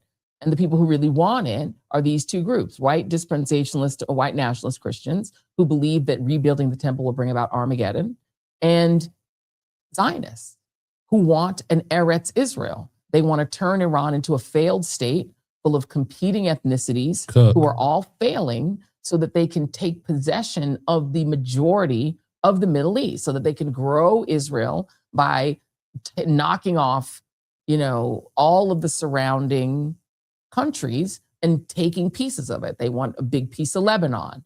They want a big piece of Iraq. They want a big piece of Egypt. They want a big piece of Jordan. They want probably half of Jordan, and they want their Israel to stretch from the Euphrates all the way to Egypt, to the Nile. And to do that, they need Iran to be a failed state, because that's really their only real opponent in the region that's strong enough to fight them and that could get close enough to matching their nuclear capabilities. So a failed Iran is their goal, because Bibi Netanyahu's only way of staying in power is for the far, far, far right in Israel to keep him in power with their votes in the parliament, in their Knesset. And to do that, he has to promise them Eretz Israel. So those are the two reasons that actually are why we're doing this. And then, of course, the third reason, of course, the Saudis love the idea of a destabilized Iran, because that's their competitor too. It's about money, and it's about power, and it's about a land grab.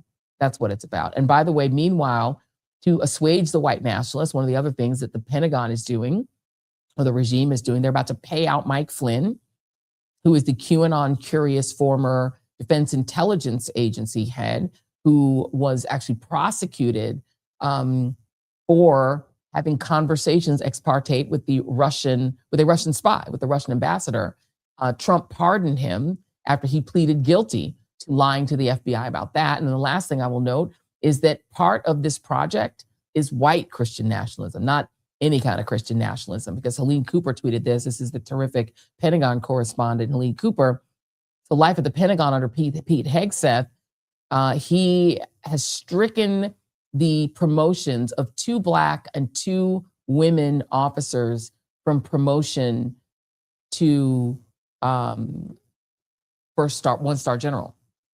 Stricken their names off, unprecedented, denied them promotions, because apparently a 43% non-white military, 43% of the military are people of color, but they apparently are not allowed to enter the ranks of the more than 90% white officer corps, senior officer corps. Let's get one more ad in before we bring our guests in. Today's show is sponsored by strawberry.me. And we all know that career growth is a struggle, particularly in times like these when people have a lot of questions about what to do next. I was speaking with Jackie Reed's class at FAMU today, and one of the questions I had is, what next in terms of career? Well, if you're one of those people that's waking up every day knowing that you're capable, but not quite sure how to get what you deserve in your career, just know that success does not just happen. And the most successful people in the world don't just figure it out on their own. They have mentors and coaches and people who guide them every step of the way. That's where strawberry.me career coaching comes in. Now, if you think about the people in your life that have coached you, that have helped you, that have given you opportunity, or that made a phone call for you and given you that coaching, those are the kinds of people who have helped make your career possible, right? But with expert guidance, you can identify the obstacles that are holding you back, or develop a step-by-step plan to move forward, or take action with confidence, knowing you have a dedicated coach supporting you every step of the way. So instead of just relying on guesswork or waiting for the right time, try professional coaching, because it will help you take control of your career trajectory, ensuring that you make intentional decisions that are strategic and that will get you towards success. If you'd like to try professional coaching, go to strawberry.me/joy and get 50% off your first coaching session at strawberry.me/joy. It is like therapy for your career. All right, y'all. So the bill to finally pay the TSA made it through the Senate, but now it faces opposition in the House, where House Republicans moved just today to further extend the 6-week shutdown of the Department of Homeland Security, because they have rejected the Senate bill as a non-starter. Instead, Speaker Mike Johnson, the guy who gave Donald Trump a made-up award to make him happy, he proposed a temporary extension of all DHS funding, including ICE, a plan that probably can't even pass the House and likely will not pass the Senate, meaning that this now longest shutdown of funding for DHS in its history is just going to continue all the way through the weekend, with travel a whole hot mess. The Republicans, he said, are not going to be a part of reopening our borders or stopping immigration enforcement. He said basically they want money for ICE or there'll be no money at all, even though ICE already has money.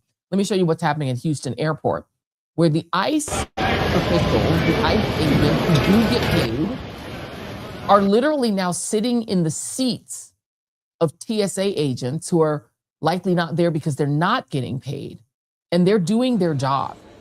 Do you feel confident with those people, the now unmasked ICE goons, screening you before you get on the plane?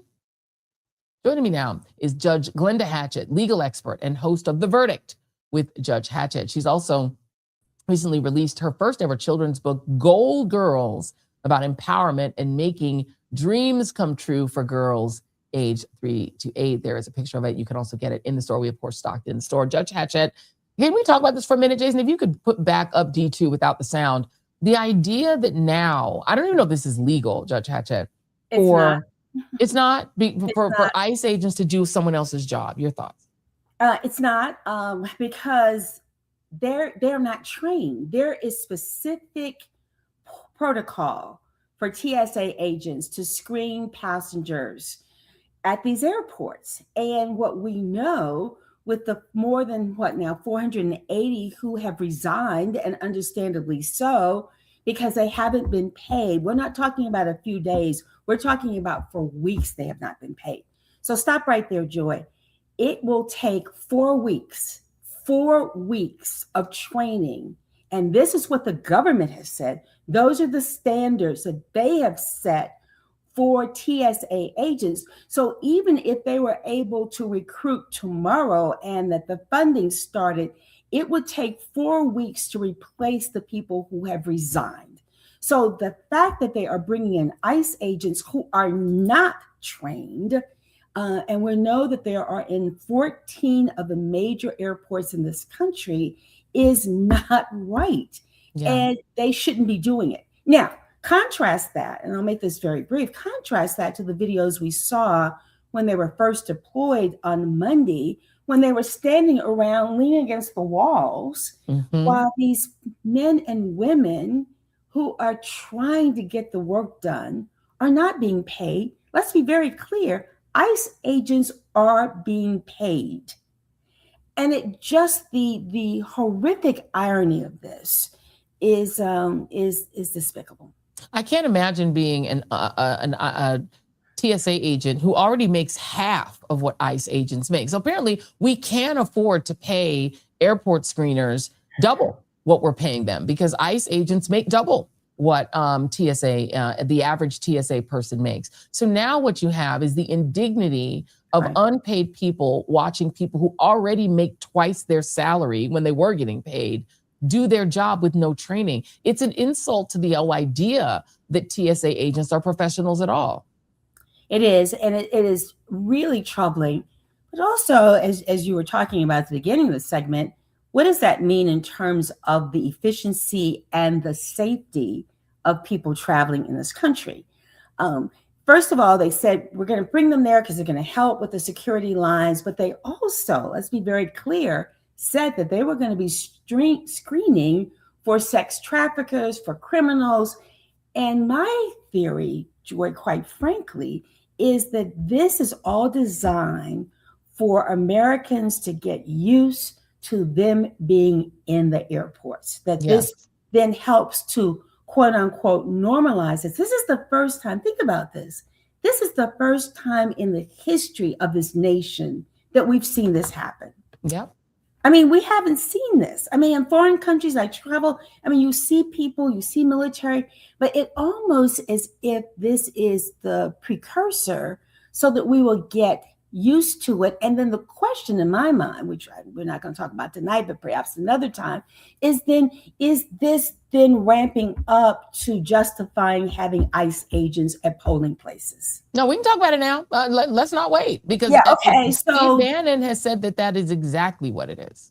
And so if the public then starts seeing them and gets used to seeing them in public places, i.e. the airport that we're seeing now, my concern is that then it becomes normalized for elections. And I am concerned about the intimidation factor of people, of ICE agents being in polling places. Now, I live in Atlanta, so I'm also really concerned about what happened some weeks ago with them coming in and seizing the ballots. I mean, there are so many things happening that really concern me about the feasibility. That's not the right word, about the practicality of people being able to vote without being intimidated. Yeah, So, right now you can't travel without being intimidated, because if you're walking up to hand your ID and the person sitting behind that counter is not TSA, they're ICE with their ICE paraphernalia on, do you want to hand your ID to them? Because what they're doing is, are they screening you to get on the plane? Or are they screening you to see if they think you seem sufficiently American? Are they going to get up and pull you out of the line? Are they going to act like they act in the streets? What are they going to do if they don't like your ID, or they don't like your face, or they don't like your accent? You've put the most dangerous, most unprofessional people in so-called law enforcement. These people who we don't know if they're Proud Boys. We don't know if they're Oath Keepers. We don't know if they're white supremacists. We have no idea who these people are, where they were recruited from, how they were trained. We know they got 47 days of training in honor of Trump. We know a lot of them are ideologues, anti-immigrant. We know that they profile people racially in the street, and they're going to profile people in the line. Like, nothing about this seems like it's going to make traveling safer, and it's definitely not making lines shorter. It's not. And I take this very personally. I have a dear friend who was born here. Her children were born here. And she just hit me up last night, Joy, and said, Glenda, we were thinking about traveling for the holidays, for spring break. I don't know that I want to risk being in the airport and me and my children being subjected to this. So we're staying home. What does that say about us? What does that say about us as a country? What does that say? But now let's go back, Joy, for a second. And we talked about this a little before, and I think we got to close this loop. The Supreme Court did three things. Remember, they set three criteria. One was where you're working. One was your language. But the third was the color of your skin. Yes. That's you and that's me. That's us. Profiling. And so that's the profiling that has been approved by the highest court in this nation. And so the whole thing about probable cause and rights has just been decimated. Yeah. And for me, from where I sit from the legal perspective of this, I am concerned that this is just the beginning of further erosion of rights. I would say it's also an erosion of the notion of law enforcement professionalism. Let me play this surveillance video, because what we have are masked ICE agents in the streets and in the airport, and an FBI that can't find an 80-something-year-old mom. This is a surveillance video of Nancy Guthrie's home. This is the video that everybody's now seen, I think, on the Today Show, et cetera, that this poor woman is still missing. And Kash Patel has gone to the Olympics to hang out with the U.S. hockey team. He's yapped about Valhalla. He's done all sorts of stuff. He's done some testimony before Congress in which he didn't answer any questions. But we don't have an FBI that's professional enough to find this one woman. And it seems to me that the deprofessionalization of the FBI, the fact that they've run out, fired, or caused the professionals to quit because they dared ever to investigate Trump, means that we just don't have a professional FBI. Well, I think a few things. My heart goes out to this family. I mean, it's heart-wrenching. How could this have happened, and how could this not be solved in all these years? But to your point, I think there's a bigger issue about what is happening, and particularly concern that the FBI then fired the people who are specialists in terms of this national security piece at a time when war has been started with Iran, and there is a question about the safety and what may happen on this soil. This is not going to just be contained necessarily to that area of the world, but may well. So how do you justify having just gotten rid of specialists in an area that is so tied to the security, the domestic security and integrity of this country? But we can go down the list. Now we have someone who is now in charge of HSS, who has no credentials, and yet we are in a situation where there needs to be a knowledgeable leadership, but there also needs to be leadership that has integrity. Yeah, and by the way, FBI Director Kash Patel's emails got hacked, and an Iranian-based hacker is saying that they've got his emails and they're starting to post them online.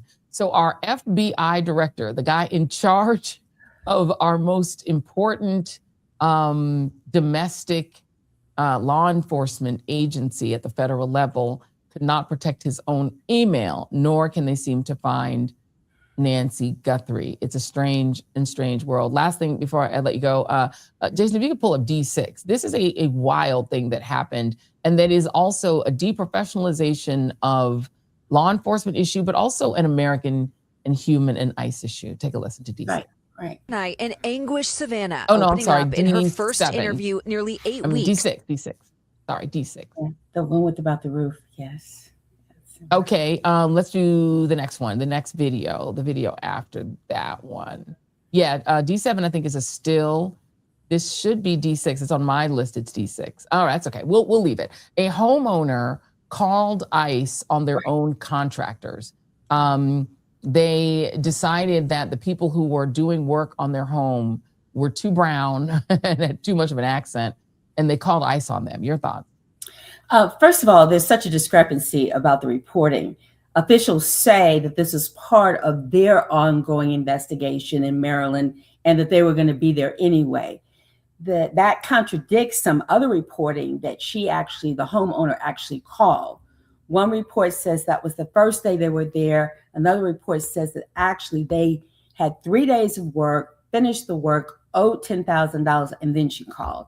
I don't think that this was just part of a thing. I don't think this is coincidental that ICE just put. I do believe that she called. But let me also tell you that this is interesting because this may come back to bite her legally, Joy, because of the company who had these men out there working, and that she called ICE, if that is true, called ICE after the work was finished and owes $10,000, she may then be charged criminally for then having done this as a way of avoiding the payment. So it's going to be very interesting to see how this plays out. Obviously, they don't have standing. They aren't in a position to bring any kind of charges against her, but maybe perhaps the company does. But I think it's horrible. I just think it's horrible. I think it's horrible. Yeah, we are training Americans poorly to do poor actions and to be inhumane, and it is not good. Judge Glenda Hatchett, we always love talking with you. Thank you so much. I'm wishing you a great weekend and happy No King's Eve. What are your No King's Day plans? Yes, I will absolutely. Of course, in Atlanta, there will be big plans. I'm busy with the book, but this is a priority this weekend. I will be there. I don't want my grandchildren to look back and ask and say, Grandma G, what did you do? I want to be very clear to them about my commitment on this. And I love that we're twinning today. We are. Oh my God! You know what? And then after I saw it, I was like, "Oh, I don't have time to run and take." But we are twinning because this is the Go Girls thing. So I have to. Yes. Well, we are Go Girls, and we are Joy Reid Show, and we love the Go Girls jacket. Very cute, super cute. Thank you. May I just say 2 seconds? Please. Joy, all pre-sales for the book will benefit the Boys and Girls Club for Gold Girls. If people will do that and support it, I would be most grateful. That is amazing. Yes. We're going to put the link to your Gold Girls website. We also have the book listed in the store. So if you purchase the book, you will be benefiting the Boys and Girls Club. So yeah, by the 31st. By the 31st, all proceeds will do that. Thank you for doing that, Joy. I appreciate that. Love it. And we are twinning, We're twinning. Look, great minds think alike. Great minds think alike and dress alike. I appreciate you. I appreciate who you are and what you're doing. Thank you. Thank you so much. I want to note that we are also raising money for the Committee to Protect Journalists, and we just got $100 that was put into the till. Let me see if we can figure out who that is. Y'all please let me know who that was because I can't click on it. But we're very excited about you all jumping in to try to support journalists who are facing incarceration in this moment because this regime is toxic and nasty. All right, let's move on. The vote in the 193-member United Nations to declare that chattel slavery, the enslavement of Africans across the Atlantic slave trade, was a crime against humanity. That vote in favor was 123-3, with 52 countries abstaining. And the 3 countries who voted no, Argentina, Israel, and the United States, the only 3 to vote no. The United Kingdom and all 27 members of the European Union abstained. Let's take a look at how that vote went down. This is E1. The Assembly will now take a decision on draft resolution A/80/L48 entitled Declaration of the Trafficking of Enslaved Africans and Racialized Chattel Enslavement of Africans as a gravest crime against humanity.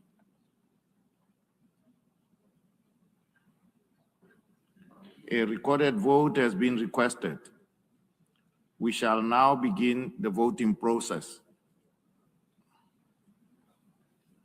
Those in favor of the draft resolution A/80/L48, please signify.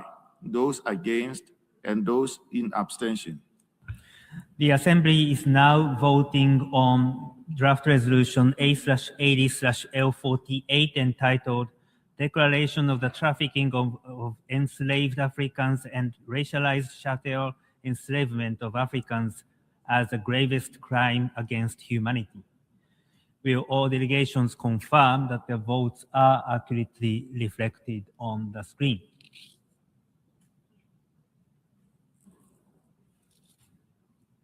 The voting has been completed. Please lock the machine.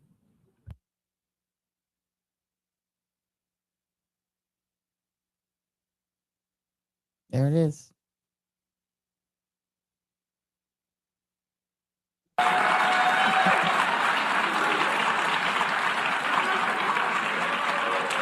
The result of the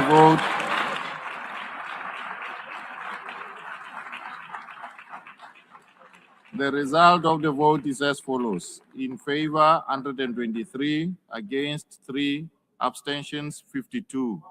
Therefore, draft resolution A/80/L48 is adopted.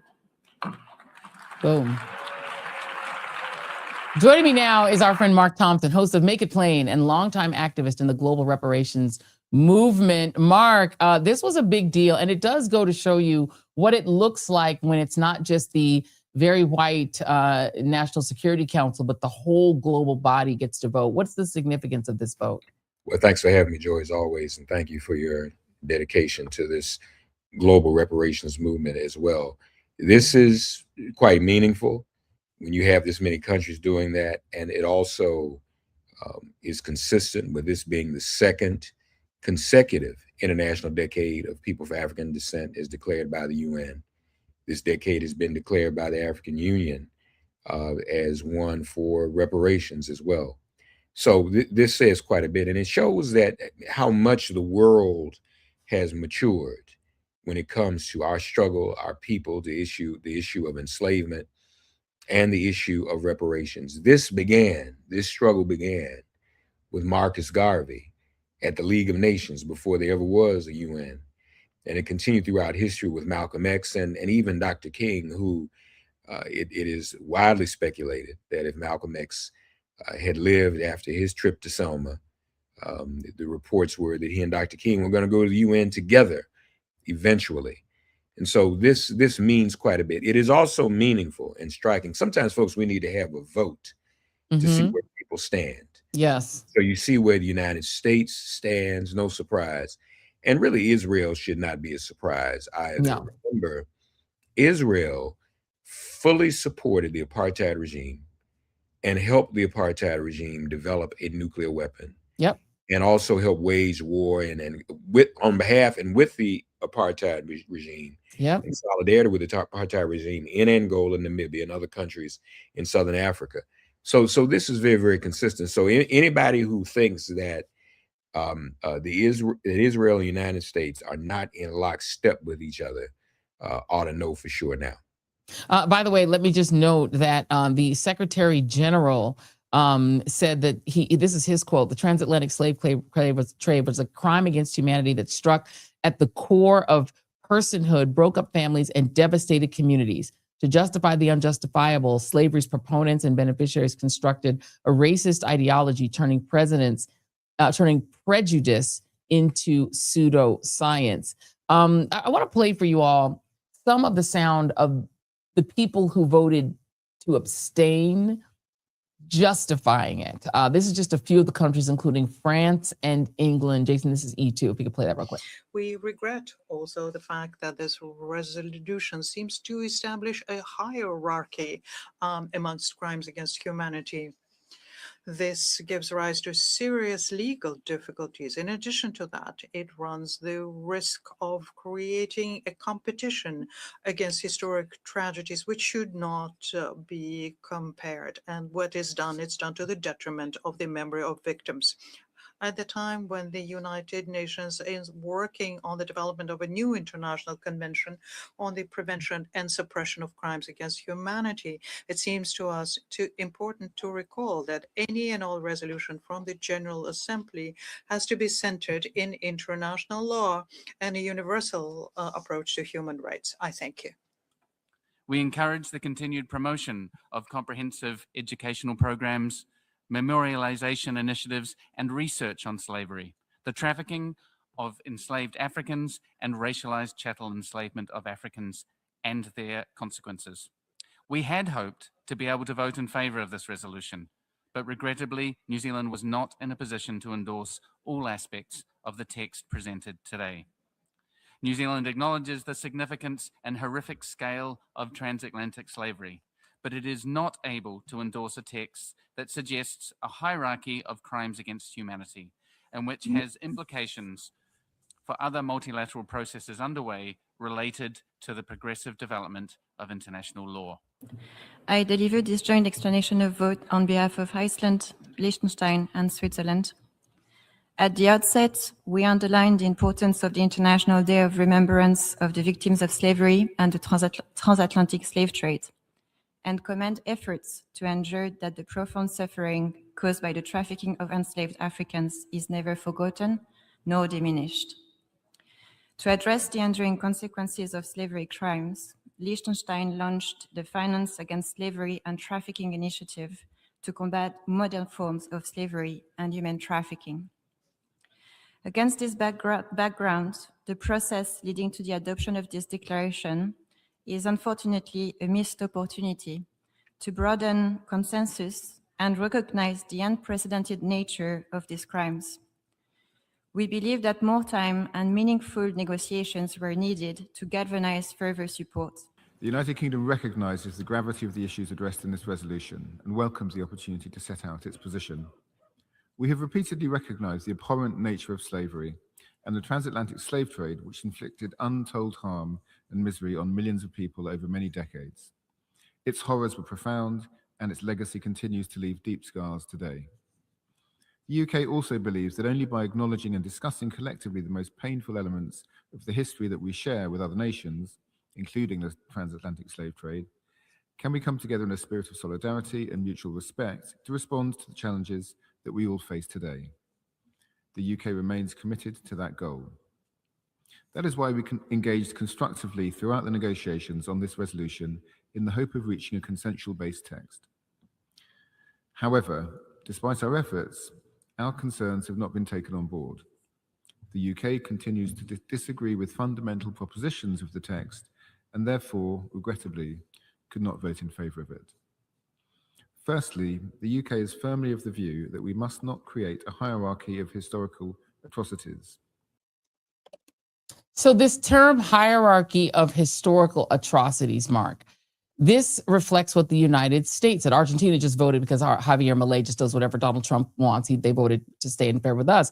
But here was the statement from the US. They called the text highly problematic. And this is the quote: "The United States also does not recognize a legal right to reparations for historical wrongs that were not illegal under international law at the time they occurred," said our ambassador Dan Negrea. "The United States also strongly objects to the resolution's attempt to rank crimes against humanity in any type of hierarchy." So they're all using that language of ranking crimes against humanity in a hierarchy. Your thoughts? Yeah, that's what you call litigious word salad. Litigious is actually the lettuce for it, because they are anticipating legal action. Yeah. Resolution does not explicitly say that. It talks about reparations and repair. So this wasn't a resolution that says reparations should be paid in a certain amount. But they're smart enough to know what's coming, and it's already been teeted, because independent of the UN and a lot of these countries, people are already doing that. You know, France, as you kicked off with, you know, we're talking about enslavement. We're talking about Haiti or Haiti, as our sisters and brothers say specifically, and they're terrified.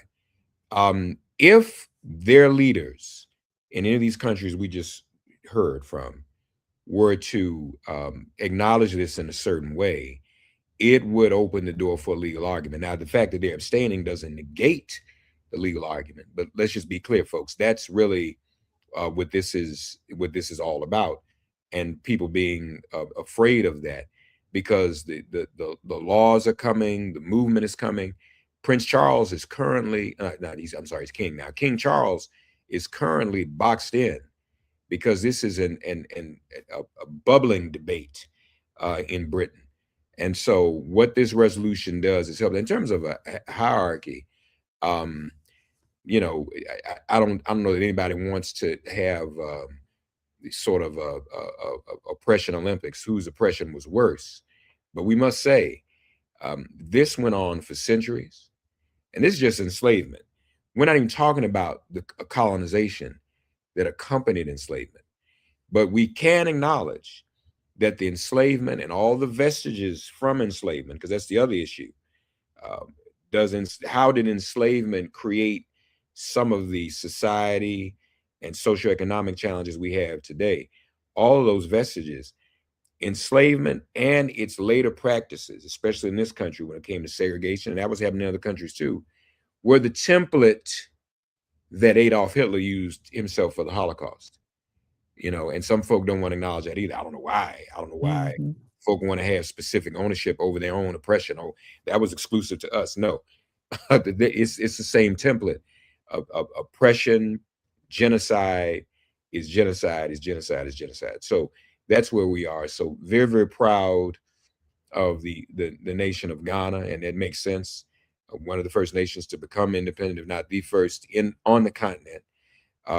Recommend a great book too by Dr. Jeremy Levitt of Florida A&M, Beyond Borders. It's about Dr. King's Pan-Africanism. There's been a lot of articles about Dr. King's Pan-Africanism, but the first full volume of his work, and he even posits, Joy, a theory that one of the reasons for Dr. King being targeted for assassination is that a lot of people don't know this.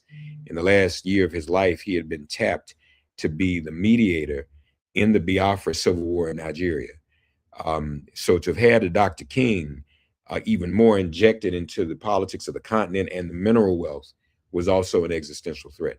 And so this is long overdue. Lastly, it is, folks, it's somewhat sad that it took until 2026 for this international body to even acknowledge how grave a crime against humanity this was. But his final... Yeah. Jason giving you some support there. Amen. It took way too long. And I will just close out by saying, yes, big ups to John Mahama, who is the president of Ghana.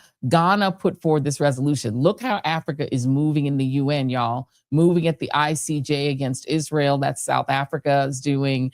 Ghana putting forth this resolution that winds up getting an overwhelming yes vote, just 3 no's and 52 abstentions, all Europe. And I will close, Mark, by saying the foreign minister of Ghana, Samuel his name is Okudzero Ablakwa, he came out and he said the thing that I think scares Europe the most.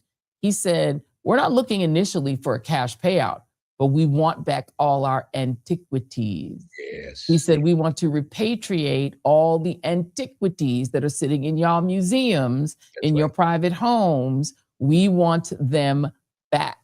And I think that scared the bejesus out of Europe, because that's step one. Yes. And also the resolution calls for reparations. It does. It supports reparations. And again, that's folks, that's not just cash. There's a lot that goes with it. That's the antiquities, there are questions of land, and all of these, white wealth. White folks didn't wake up rich, born on the Cabbage Patch. They had help. There was support. There were institutions put in place for home buying, and building middle-class societies in Europe and in this country. We didn't get that. We didn't get the GI Bill, for example, in America. We didn't get the Homestead Act. We weren't even included in Social Security at first. So the generational wealth that exists, and I get people see that wealth disappearing under these new regimes, but the wealth that you've been enjoying for over a century came at our expense. Pretty much all of the King and Queen of England, that entire structure of that wealth of the British royal family, which is cousin related to all the European royal families, they got that wealth from the continent. Mark Thompson, what are you doing for No King's Day tomorrow? Well, I'm in solidarity. We all should be in solidarity for No King's Day for these very reasons. Monarchies are what ended up carving up Africa in the first place. Monarchies are what began the trade of enslavement. So we all should be out there, stand up and see to it. We can't wait for more crimes against humanity and greater crimes against humanity to take place. Also, a week ago, we said goodbye to Bernard Lafayette, and Dr. Bernice King said he was the greatest apostle of nonviolence. After her father's death, he built nonviolence centers all over the country. We must be against war. And this is probably the first war in history where people really don't have a clarity on what it is about. Most wars, we can look back historic, but this war was about A, B, C, or D. What was this about? But we've come into our own. Lastly, Joy, let me just say, we also said goodbye today. I'm in Chicago with Dr. Ivor Carruthers, and we said goodbye to Brother Akbar Muhammad, who was the ambassador from the Nation of Islam to the whole country, to the whole world. And he visited over 100 African countries. He was quite a statesperson. We were not allowed. It was Jesse Jackson who say this, Mark, they don't want us to talk about global affairs. They punished Du Bois and Robeson and Garvey and Mary McLeod Bethune for having a world or a global perspective. We're only supposed to stay in our little silos and deal with our own little neighborhoods. But every time we as Black people talk about ourselves in a global context or within the context of the African world, as Dr. John Henry Clark would call it, we are standing up for our dignity, our humanity, and our universality as a people. Amen. Amen. Mark Thompson, always a pleasure, always profound. Thank you very much, my friend. I appreciate you. Happy No King's Eve. Thank you. All right, thank you. Before we go, we have two things I want to do really quick. Tomorrow, after No King's Day, at 6:15, I'm going to be jumping in to yet another exciting thing. This is E6, Jason. If you have E6, just to show it, choose your fighter. Nope. No. E6, sorry, E6. There it is. This is an initiative.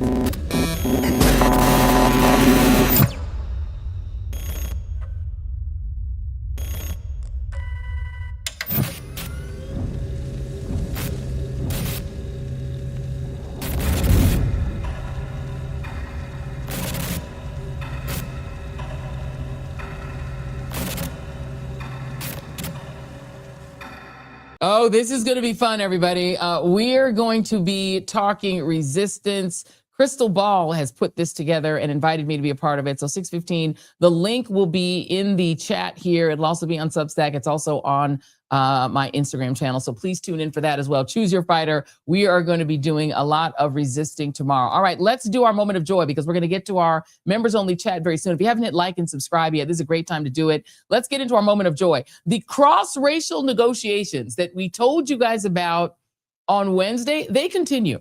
There is a new entry in the cross-racial negotiations to try to systematize language to make sure that we're all doing the insults in the right way. And Jason, lets us play our moment of joy. Black delegation, are you willing to bring back perpetrating? If you bring back perpetrating because of all these perpetrators perpetrating, we're willing to bring back asshat.